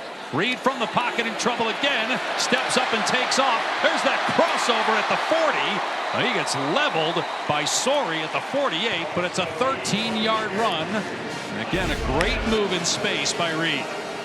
Good boy, good just in the pocket. Feels the pressure in his face, immediately avoids. And you love that Allen Iverson comparison. That's the NBA. You know the NBA starting when you keep making Allen Iverson references. I'm just quoting defensive coordinator Travis Williams, who compared Reed's running style to Allen Iverson dribbling a basketball, how he lulls you to sleep. For those that remember when Allen Iverson did that, here's Moss on the carry off the left side. Not much. Maybe 2. Tough physical running inside. Left side of that offensive line has been the strength for A&M all throughout this season. Landon Jackson doing a really good job setting that edge. See safeties coming in flying downhill from Larry Worth. Just not much room to operate for these Aggies running backs. Speaking of NBA, you were all over the Towns trade last night. You were fired up after that. 2nd down and 8. Here's Reed, and that's a bad pass. Boy, throwing off his back foot. A flag comes in. Downfield, Robinson defending Bussey. I don't know that that was catchable if they're going to say pass interference, because it was woefully pass behind. Interference on the defense number 13. 15-yard penalty will be enforced from the previous spot, and it carries an automatic 1st down. Because you're right, this pass wasn't near being caught, but as you're going to see with his left hand, watch him grab Bussey. I mean, he just grabs and almost wraps him up there. And even though I don't think Bussey was going to work back to the football, you can't just grab when the ball's in the air like that. You got to give him the chance to work back to the ball. Just a mistake by Robinson, who's been really good throughout this afternoon. Because you look at the replay and you see they were not on the same page, quarterback and receiver there. But they get bailed out because of Robinson making the mistake there in pass interference. They fake the throwback, and then the pass by Reed is incomplete. He got lit up in the backfield by Landon Jackson, who's come to play today. Jackson having maybe his best game of the season here in 2024. Well, they want to set up the screen. Watch Worth. He reads it the whole way. Then you see Landon Jackson with the pressure. But this is Larry Worth III. He makes this play. They want to throw this over to Barber and set the screen up. Larry Worth is waiting for it, and Landon Jackson with a big hit. Intentional grounding. On the offense, number 10. That penalty is a loss of down at the spot of the foul. It's second down. The reason they called that is the only player that was in the vicinity was an offensive lineman. Downfield, that's why that's intentional grounding in that situation. Ruben Fothery, the right tackle, was the only one for A&M near where the ball was thrown. Yep. And it doesn't get back to the line of scrimmage either. Yep.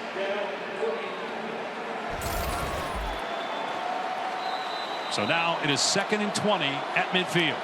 Mistake by Marcel Reed. Both quarterbacks have had some good movements, but more bad ones here today. On the jet sweep, another play by Landon Jackson, dragging down Barber for a loss of 7 at the 43. Well, we told you from the onset, there is some defensive dudes in this game, some of the best defensive ends in college football, and boy, have they come to play. Setting the edge, Landon Jackson just gets up the field and shuts this play down before it ever has any chance to get going. Excellent job by the 6'7", 280-pound senior out of Texarkana. 3rd down and 26 for Texas A&M.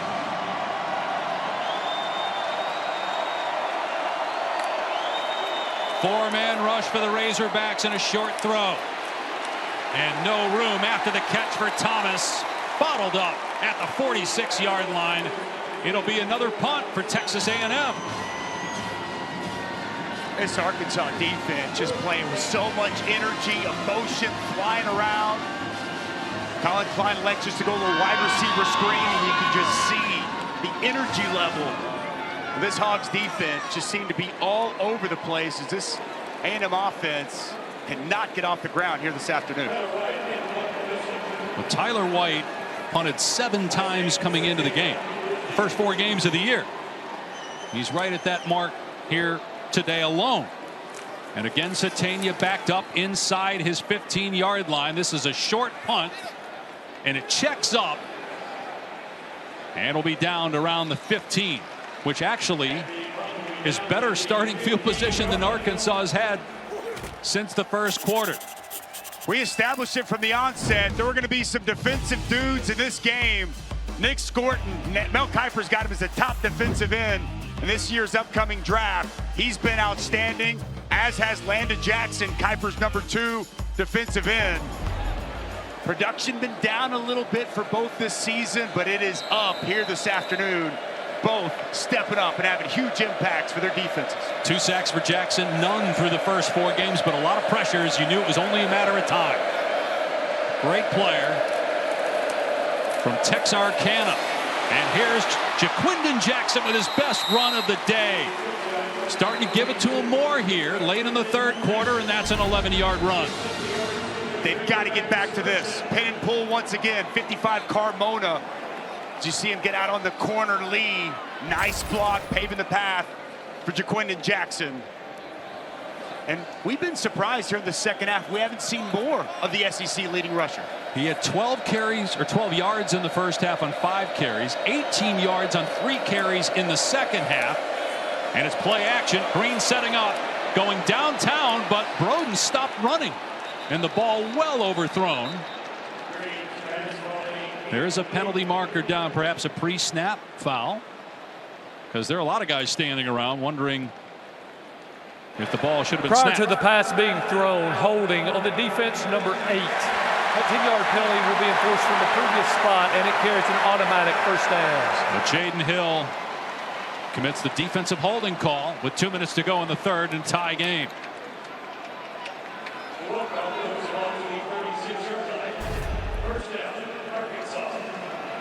Take a look at this.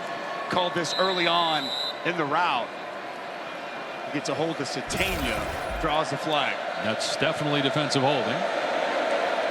So first down at the 36, and a penalty marker down pre-snap. Movement by Arkansas. False start on the offense, #8. That's a 5-yard penalty, and it remains first down. It's on the tight end Ty Washington, his 2nd penalty this half.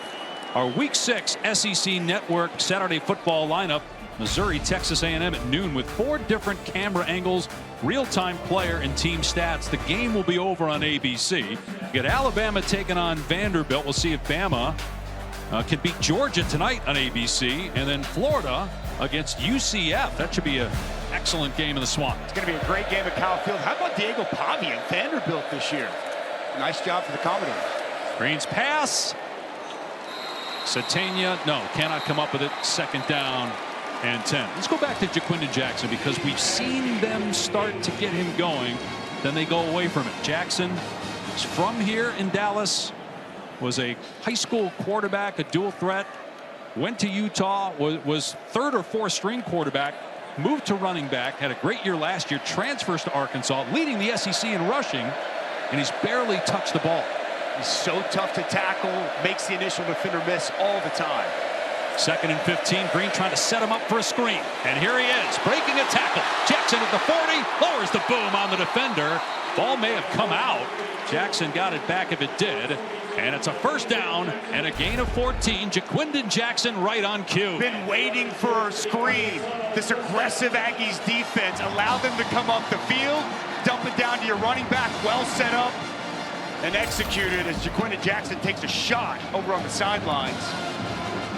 Ball did come out, but he was down. He recovered it anyway. He's going to stay in the game after that big hit. Good drive by Arkansas. It started on its 15-yard line. Now out at the 47. Green back to throw. Pressure in his face. Green throwing on the run. Armstrong comes back and makes the catch. A gain of about 6 on the play as Green extending the play, moving laterally. Pressure coming again. Sanford's able to get home. We see Taylon Green retreat out to his right. And boy, Andrew Armstrong, so good working back to the football and strong hands to make that catch going to the ground. 6 catches now on the day, 29 in the year for Armstrong. Great spot to run the football with 22. Instead, Green keeps it, heading for the sideline, gets bumped out of play, but had the first down. Ratcliffe over there for A&M to make the hit. Ryland Kennedy. You see Ryland Kennedy, he's going to take one too many steps inside, and Taylon Green so good. When that defender takes that extra step, he waits, he's patient, and he takes what the defense gives him, and it's a first down. Seems like Green maybe has settled down, making better decisions here in the third quarter. You heard Taylor's report that he was rattled in the first half, according to Sam Pittman. Green throws here to Tesla, and he's got room. Shoved out of bounds inside the 30. Tesla had the touchdown catch, 75 yards in the first quarter, and that's a gain of 12 on the final play of the third quarter. Boy, it has been competitive. Satania with a nice block on the perimeter to help spring Tesla. Stick around. We got a fun fourth quarter coming your way from Arlington.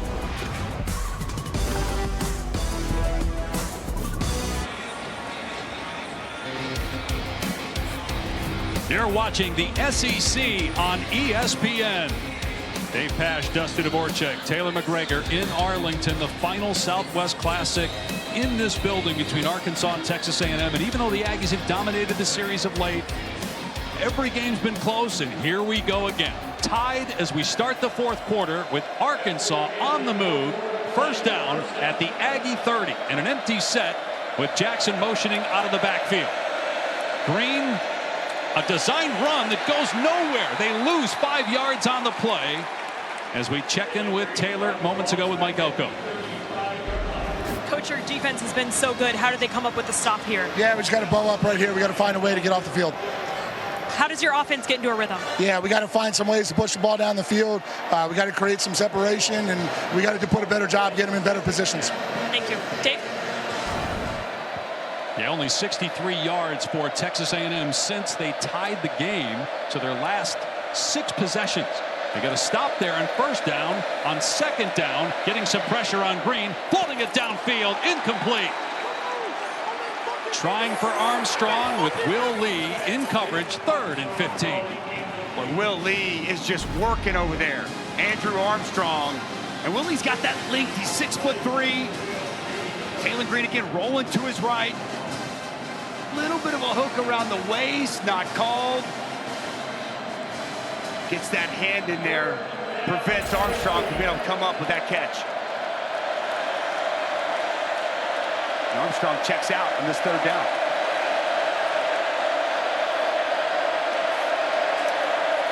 And they're just going to run Jackson in trouble in the backfield, and does well to get positive yardage and maybe into field goal range, pushing the pile. They finally blow it dead at the 27, and it'll be 4th down and about 7. They're going to try a field goal. They faked the last field goal attempt. It would have been a 50-yarder. This will be about a 45-yard try. Put a lot of trust in Kyle Ramsey. Conservative play call, just trying to get them in an area where they feel comfortable with their kicker. That's a really good piece of running by Jaquindon Jackson. Not much there initially with the penetration, but he sets them up with a good opportunity here. Good hold by A&M's defense. Arkansas still with a chance, though, to retake the lead. A 45-yard field goal try, and the kick is nails right down the middle, and the Razorbacks lead it 17-14.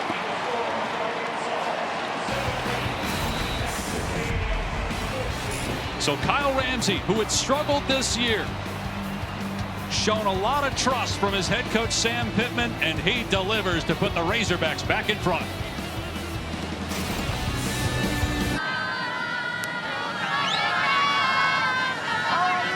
First points by either team since the 9:42 mark of the second quarter. After all the explosive plays in the first quarter, a 45-yard field goal by Arkansas's Kyle Ramsey, and the Razorbacks have the lead. A lot of people wondering, is Arkansas a contender in the SEC after the way they played against Oklahoma State but lost in double overtime?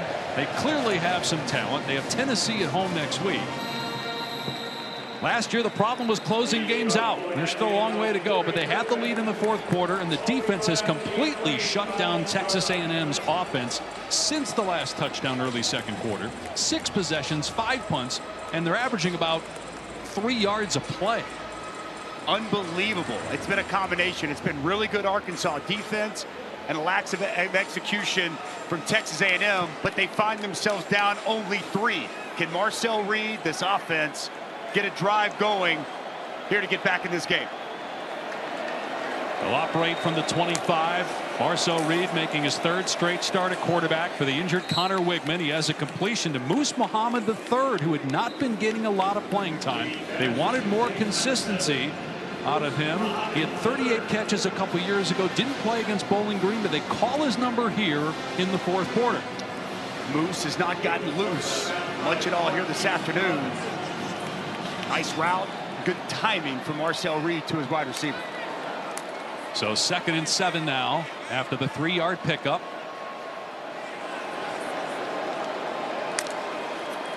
Another pass play. Reed steps up, throws to the sideline, complete. Noah Thomas stays in bounds and then stepped out. They blow it dead after a 15-yard gain to the 43. This is good by Marcel Reed. He's going to step up. Big hole opens up off the left side, steps up and keeps his eyes down the field. And that's been his favorite target all day. Noah Thomas has really come up clutch in key moments and a big catch. Back-to-back completions. He had only 7 all game prior to this series. Here's Amari Daniels trying the left side, and again, barely anything against that Arkansas front. Just a 1-yard gain. Nowhere to go. I mean, they are just all over. I mean, the defensive line is doing their job. The linebackers, I mean, they are being very aggressive to limit and shut down this A&M rushing attack. Travis Williams, second-year defensive coordinator, again calling a terrific game. 2nd and 9 on the A&M 44. Colin Klein, the offensive coordinator, looking to counter here for Texas A&M, his first year in Bryan College Station after 7 years at Kansas State. Another run play. Daniels up to midfield before the tackle's made. 3rd down coming up. Better job opening up a little bit of a crease off the left side. Basantis with a key block soon, getting up on the 2nd level. More of what we've grown accustomed to seeing throughout the year. And Colin Klein, first year at College Station, with a big play call here on third down. 35-year-old, great college player, finished third in the Heisman voting back in 2012. He's become a very highly sought-after coach. Had opportunities to leave K-State before this year.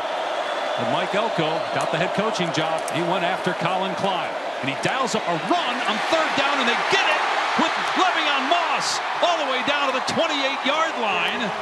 And the Aggies in business here in the fourth after a gain of 24. What's a key block inside.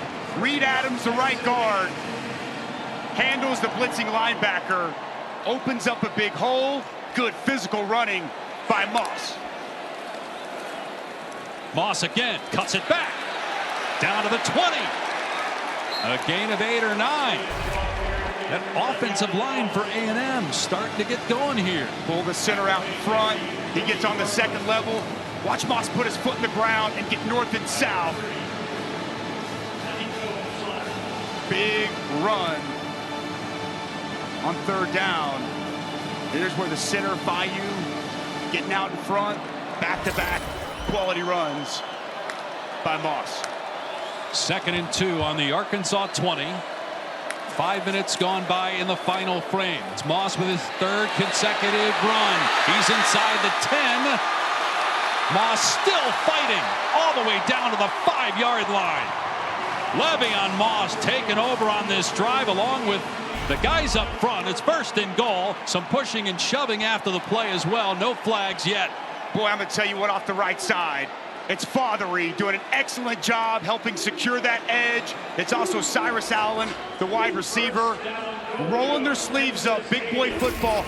This is who Texas A&M is. They're a running football team, and we're seeing that for the first time this entire ball game. 73 rushing yards. The bulk of them coming on this possession. Amari Daniels in at running back on 1st and goal for Texas A&M. Reed throwing, it's caught, it's a touchdown. Trey Watson puts the Aggies in front. What a drive by A&M.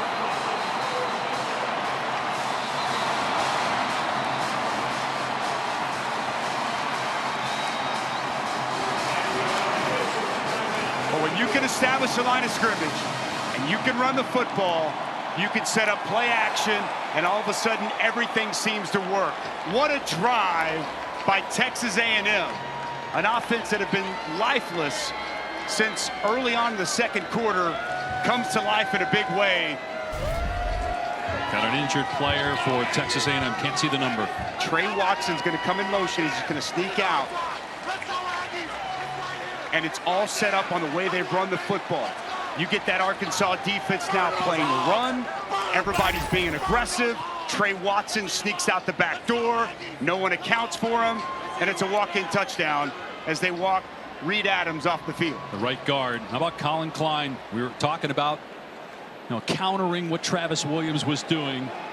We saw them stick to the run on that possession with Moss. And, boy, it makes it so much easier on Marcel Reed, too, when you're getting chunk plays on the ground. And now big point here, trying to force Arkansas to have to score a touchdown. Randy Bond on for the point after. 21-17, Texas A&M. 2 passing touchdowns and a rushing touchdown for Marcel Reed in his 3rd consecutive start, and Texas A&M in front. Well, it's Watson on the touchdown catch, but it was all set up off the run. Aggies on top late.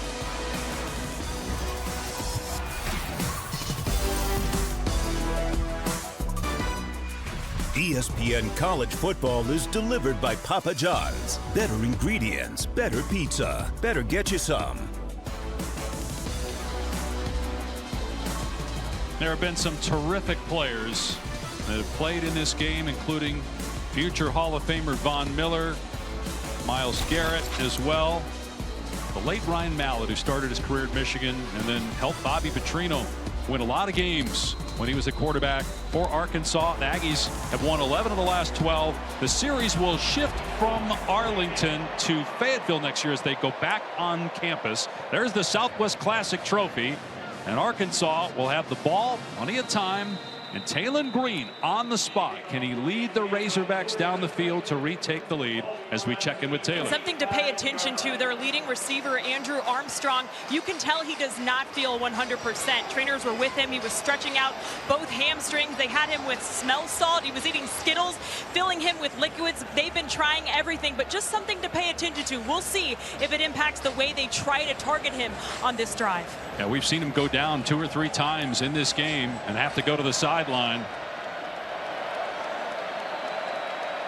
On the season, 28 catches, doubling the next highest receiver on Arkansas. Play action, flag down, and that pass may have been tipped. It fluttered and was caught at the 30 by Jackson. For a gain of 5. Let's see what the flag's about. Illegal motion on the offense, number 6. That's a 5-yard penalty from the previous spot with the replay of first down. So it's on Satania, and chalk that up to another mental error for Arkansas. That's 8 penalties now on the Razorbacks, along with a couple of turnovers. Not disciplined. It's going to drive Sam Pittman absolutely crazy.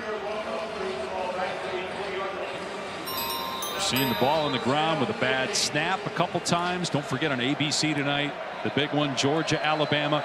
Some good games on ESPN. Stanford coming off a win on the road at Syracuse, playing Clemson tonight. Utah top 10 team at home against Arizona. 1st and 15 after the penalty. Green in trouble, being chased.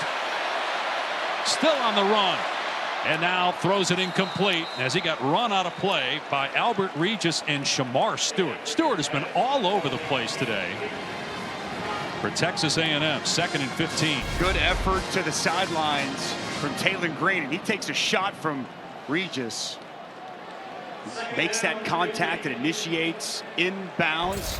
Good no flag there, but with that Aggie front, they've been letting Taylon Green feel them all throughout the course of this ball game. My question kind of is, you get away from the run. Right. They're getting Jaquin and Jackson going. Last drive, they come out with 2 straight passes to start this drive. And here's another one. Green with a long throw, and it's caught. Broden with the catch right at the line to gain. What a throw by Taylon Green from the far side all the way to the near sideline to Broden for a first down. Oh, and he keeps that back foot in bounds before the front foot hits out of bounds. Take a look at this one more time. That foot's on the ground.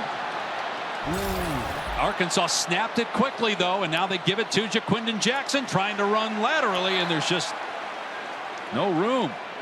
Dalton Brooks over there to make the tackle. A loss on the play. Trying the perimeter to no avail. Well, Dalton Brooks is like a heat-seeking missile out there. Nice play. We'll look at it one more time.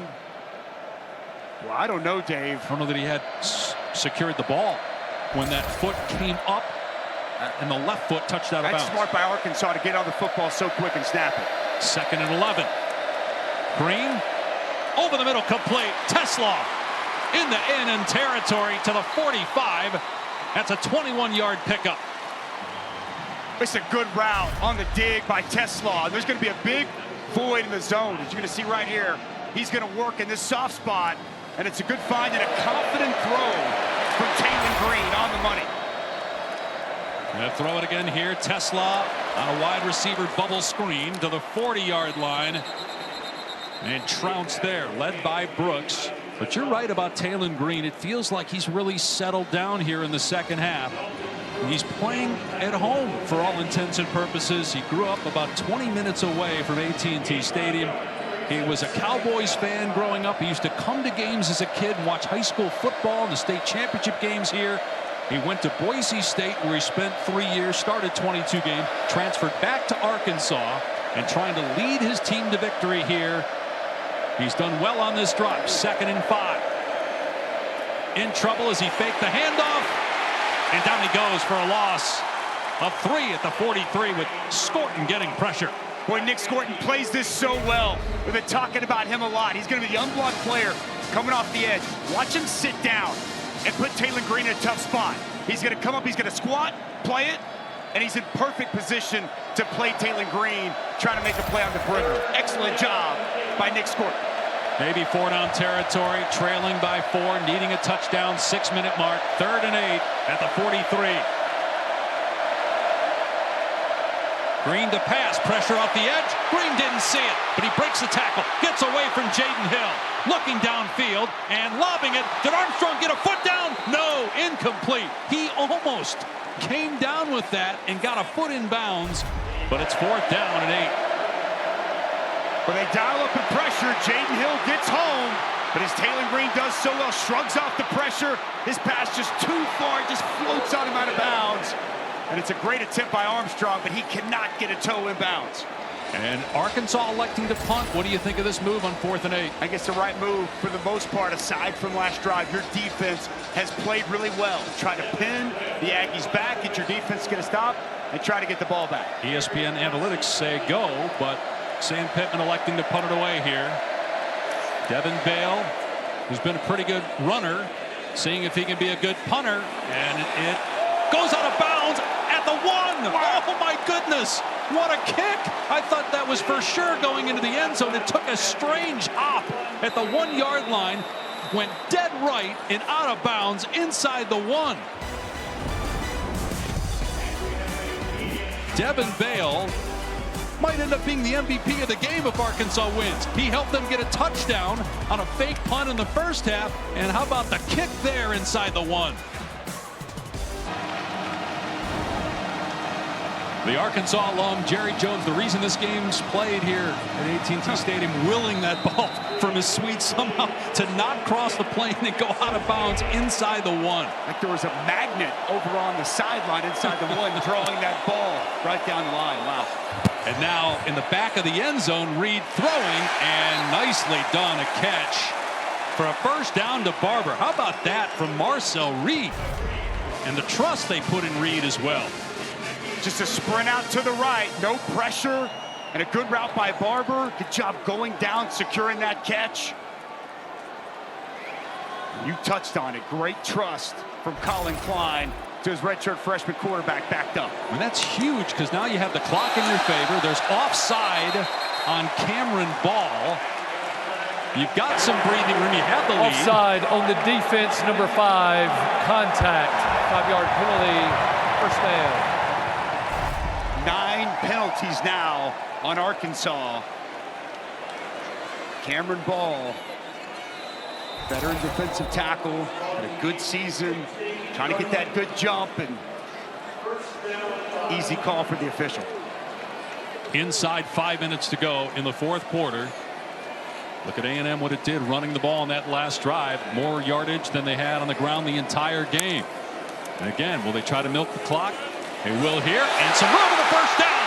Rubbing on Moss past the 40 and dragged out of bounds by his helmet, and a penalty marker down. TJ Metcalf commits the penalty, and that's going to tack on 15 more and put the ball in Arkansas territory.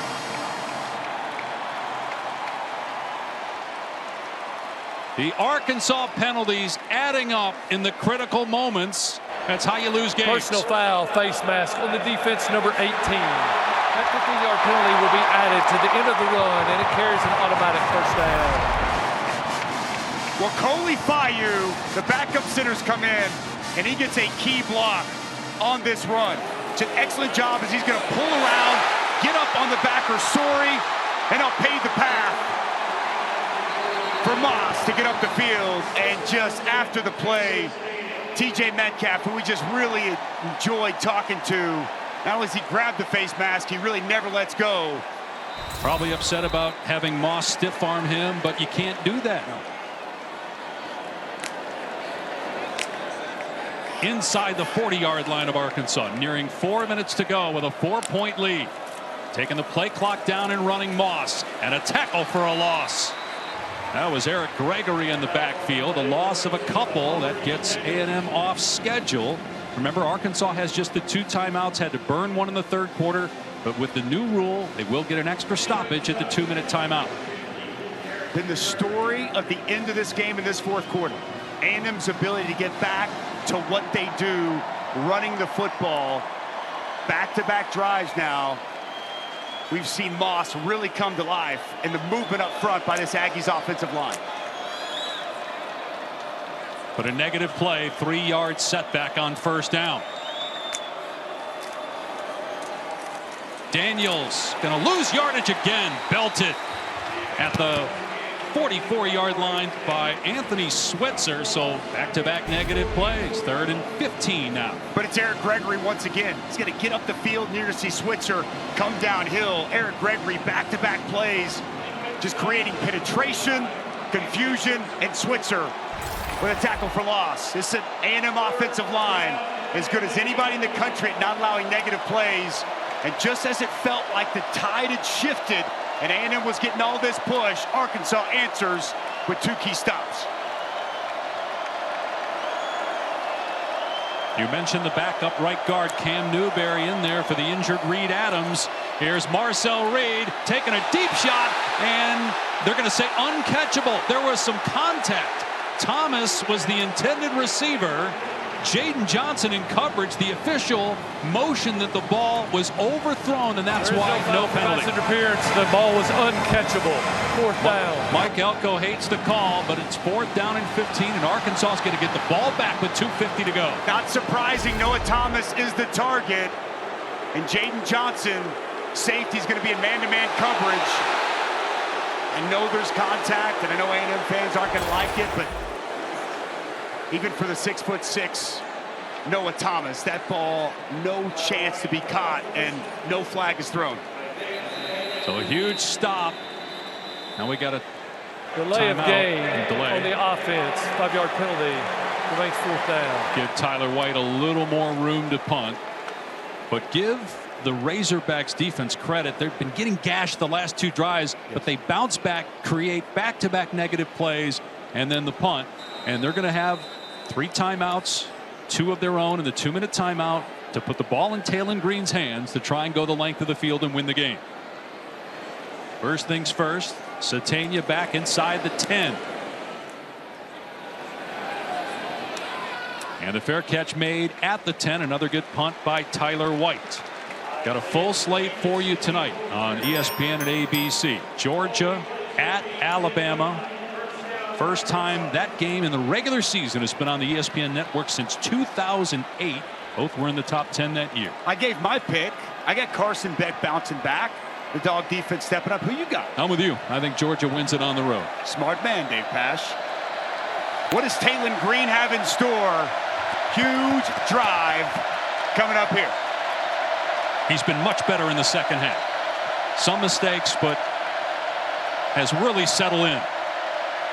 From the pocket and throws it away. There was a receiver over there as there were defenders surrounding him.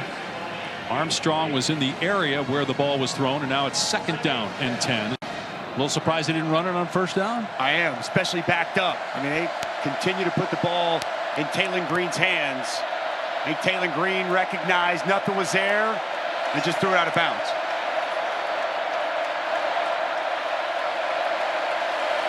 Green will throw again. Pressure up the middle. He's got protection, and his pass to Satania is caught around the 14-yard line. Short gain. Pick up a 4 or 5 depending on the spot, and it'll be 3rd down and 5. Clock on the move here. 2:20 and counting. Arkansas in no rush.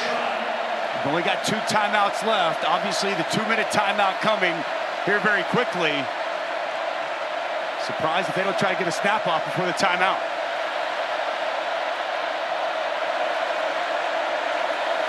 Green from the pocket, and it's caught close to the line to gain by Satania. They're going to spot him just short at about the 19.5-yard line. We're at the 2-minute timeout. It's going to be 4th down and half a yard for Arkansas. So here's the catch by Satania, ruled down short of the line to gain. 4th down for Arkansas when we come back.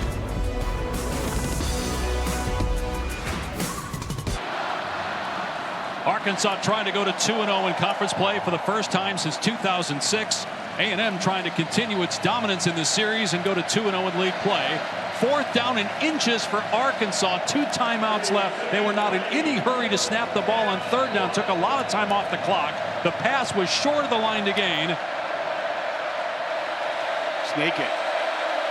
And they will with Green at 6'6", 230 pounds, moves the chains, and we're inside 2 minutes now, so the clock will stop on first downs to reset.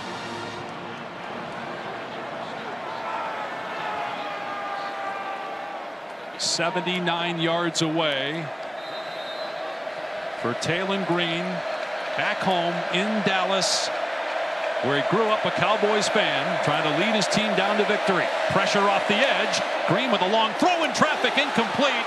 And a flag comes in. Armstrong interfered with by true freshman Des Ricks.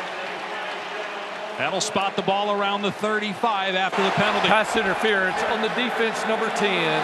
The ball will be placed at the spot of the foul, and that carries an automatic first down. Yeah, Des Ricks just kind of panics here as he grabs hold of Andrew Armstrong. He's been going after it all afternoon.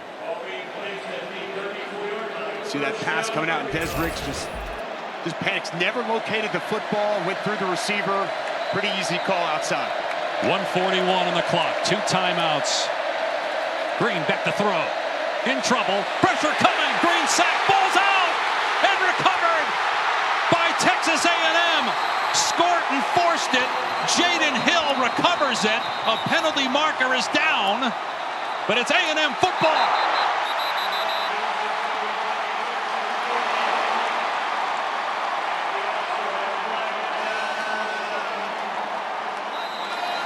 Taylon Green never felt the backside rush from Nick Scorton, who led the Big Ten in sacks last year at Purdue, before transferring back home to Bryan College Station, where he was barely recruited coming out of high school by the hometown team.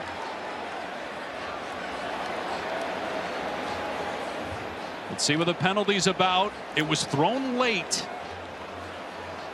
And meanwhile, Shamar Stewart is down for Texas A&M.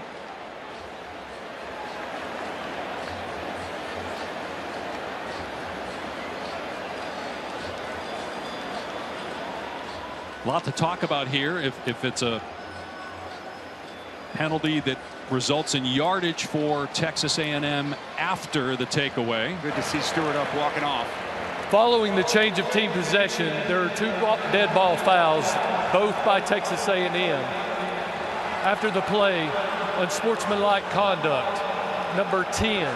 That is his first of the game for taunting. Also after the play, personal foul, late hit, unnecessary roughness on number 5. Both penalties will be enforced. Texas A&M will retain possession of the ball. First down. This is very big. This game's not over. A&M now is backed up into its own territory. You still have 2 timeouts if you're Arkansas. You may not have a lot of time left if you get a stop in the ball back.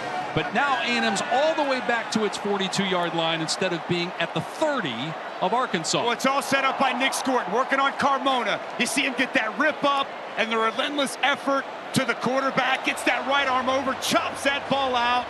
Ball's on the ground, and it's a scrum, and the Aggies come up with it. But as you pointed out properly, 5, Shamar Turner comes in. That draws a flag, a taunting flag, as Des Ricks takes off his helmet, waves bye-bye, and now you go from in field goal range to backed up 30 yards, and Arkansas with 2 timeouts still has life in this ball game. But wow, what a rush and what a takeaway from Nick Scorton in this Aggies defense. Boy, Arkansas, remember, burned a timeout in the 3rd quarter for a fake field goal. You know Sam Pittman wishes he had that one back. From the 42, A&M going to keep it on the ground. And here's Moss, and that's way too much to give up if you're Arkansas. A gain of about 7 is Le'Veon Moss, and that offensive line for Texas A&M has really come alive here in the 4th quarter.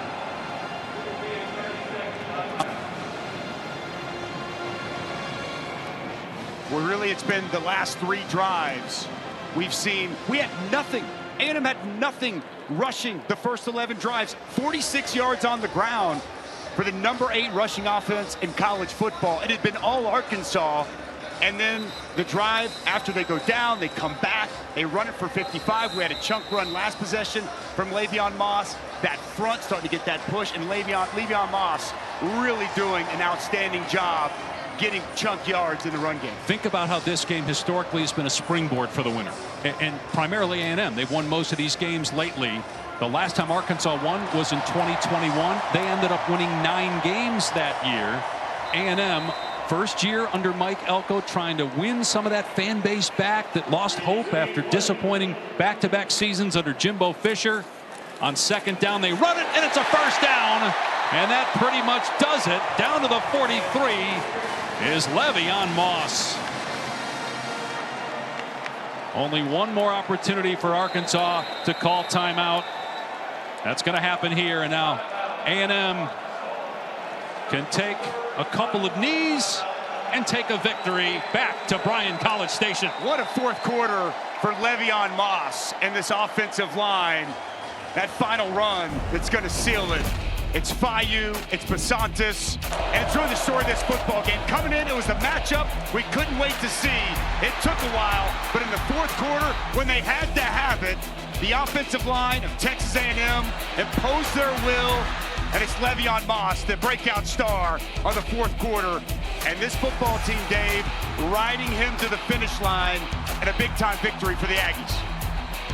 And the last play we saw, the Lycett, Fayu, nice seal, Basantis, that hole opens up, and all of a sudden now you look, Le'Veon Moss, 117 yards on the ground, and just about all of it has been these final 3 drives. What a performance here late by this Aggies rushing attack. He had 22 yards in the first half, and there's the team rushing for A&M by quarter. Got an official stoppage here, but you think about the schedule for Texas A&M. They don't play Alabama. They don't play Georgia. They have Missouri at home next week. They play LSU at home. They have Texas at home. And Mike Elko in year 1 going to go to 4-1 and 2-0 in conference play. And just the way they had to win this game. Not a lot going right offensively. It's with defense, what you'd expect from a Mike Elko coach football team. Such a defensive guru and all of his stops along the way, and then rolling their sleeves up and getting to their brand of football, running the ball. And you start to look at it, to your point, Dave. Missouri next week, I think that's a game that Texas A&M 100% can win. You get a bye week, then Mississippi State, LSU comes to your backyard, Texas comes to your backyard, and you miss a lot of the other upper-end teams in the SEC. What a win. What a performance in the fourth quarter for Mike Elko's Aggies. And if you're Arkansas, another close loss. If you're a Razorback fan, you might be saying, here we go again, just like last year. Texas A&M 21, Arkansas 17. The Aggies win the final Southwest Classic at AT&T Stadium.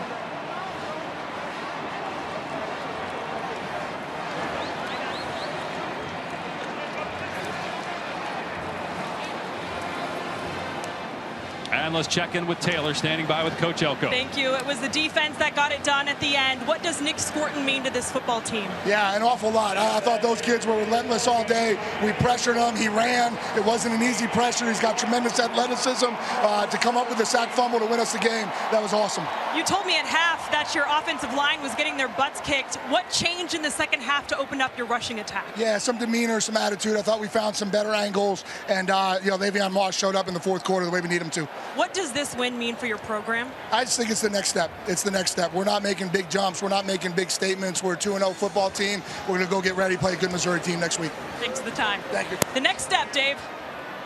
And Nick Scorton is a big reason why, again, Mike Elko wanted veterans, guys who've been around, had success elsewhere, and he had 2 sacks and the big forced fumble. He set the tone. First play of the game was a tackle for loss, and then last play defensively, the biggest in this game. Relentless effort and pursuit to the quarterback.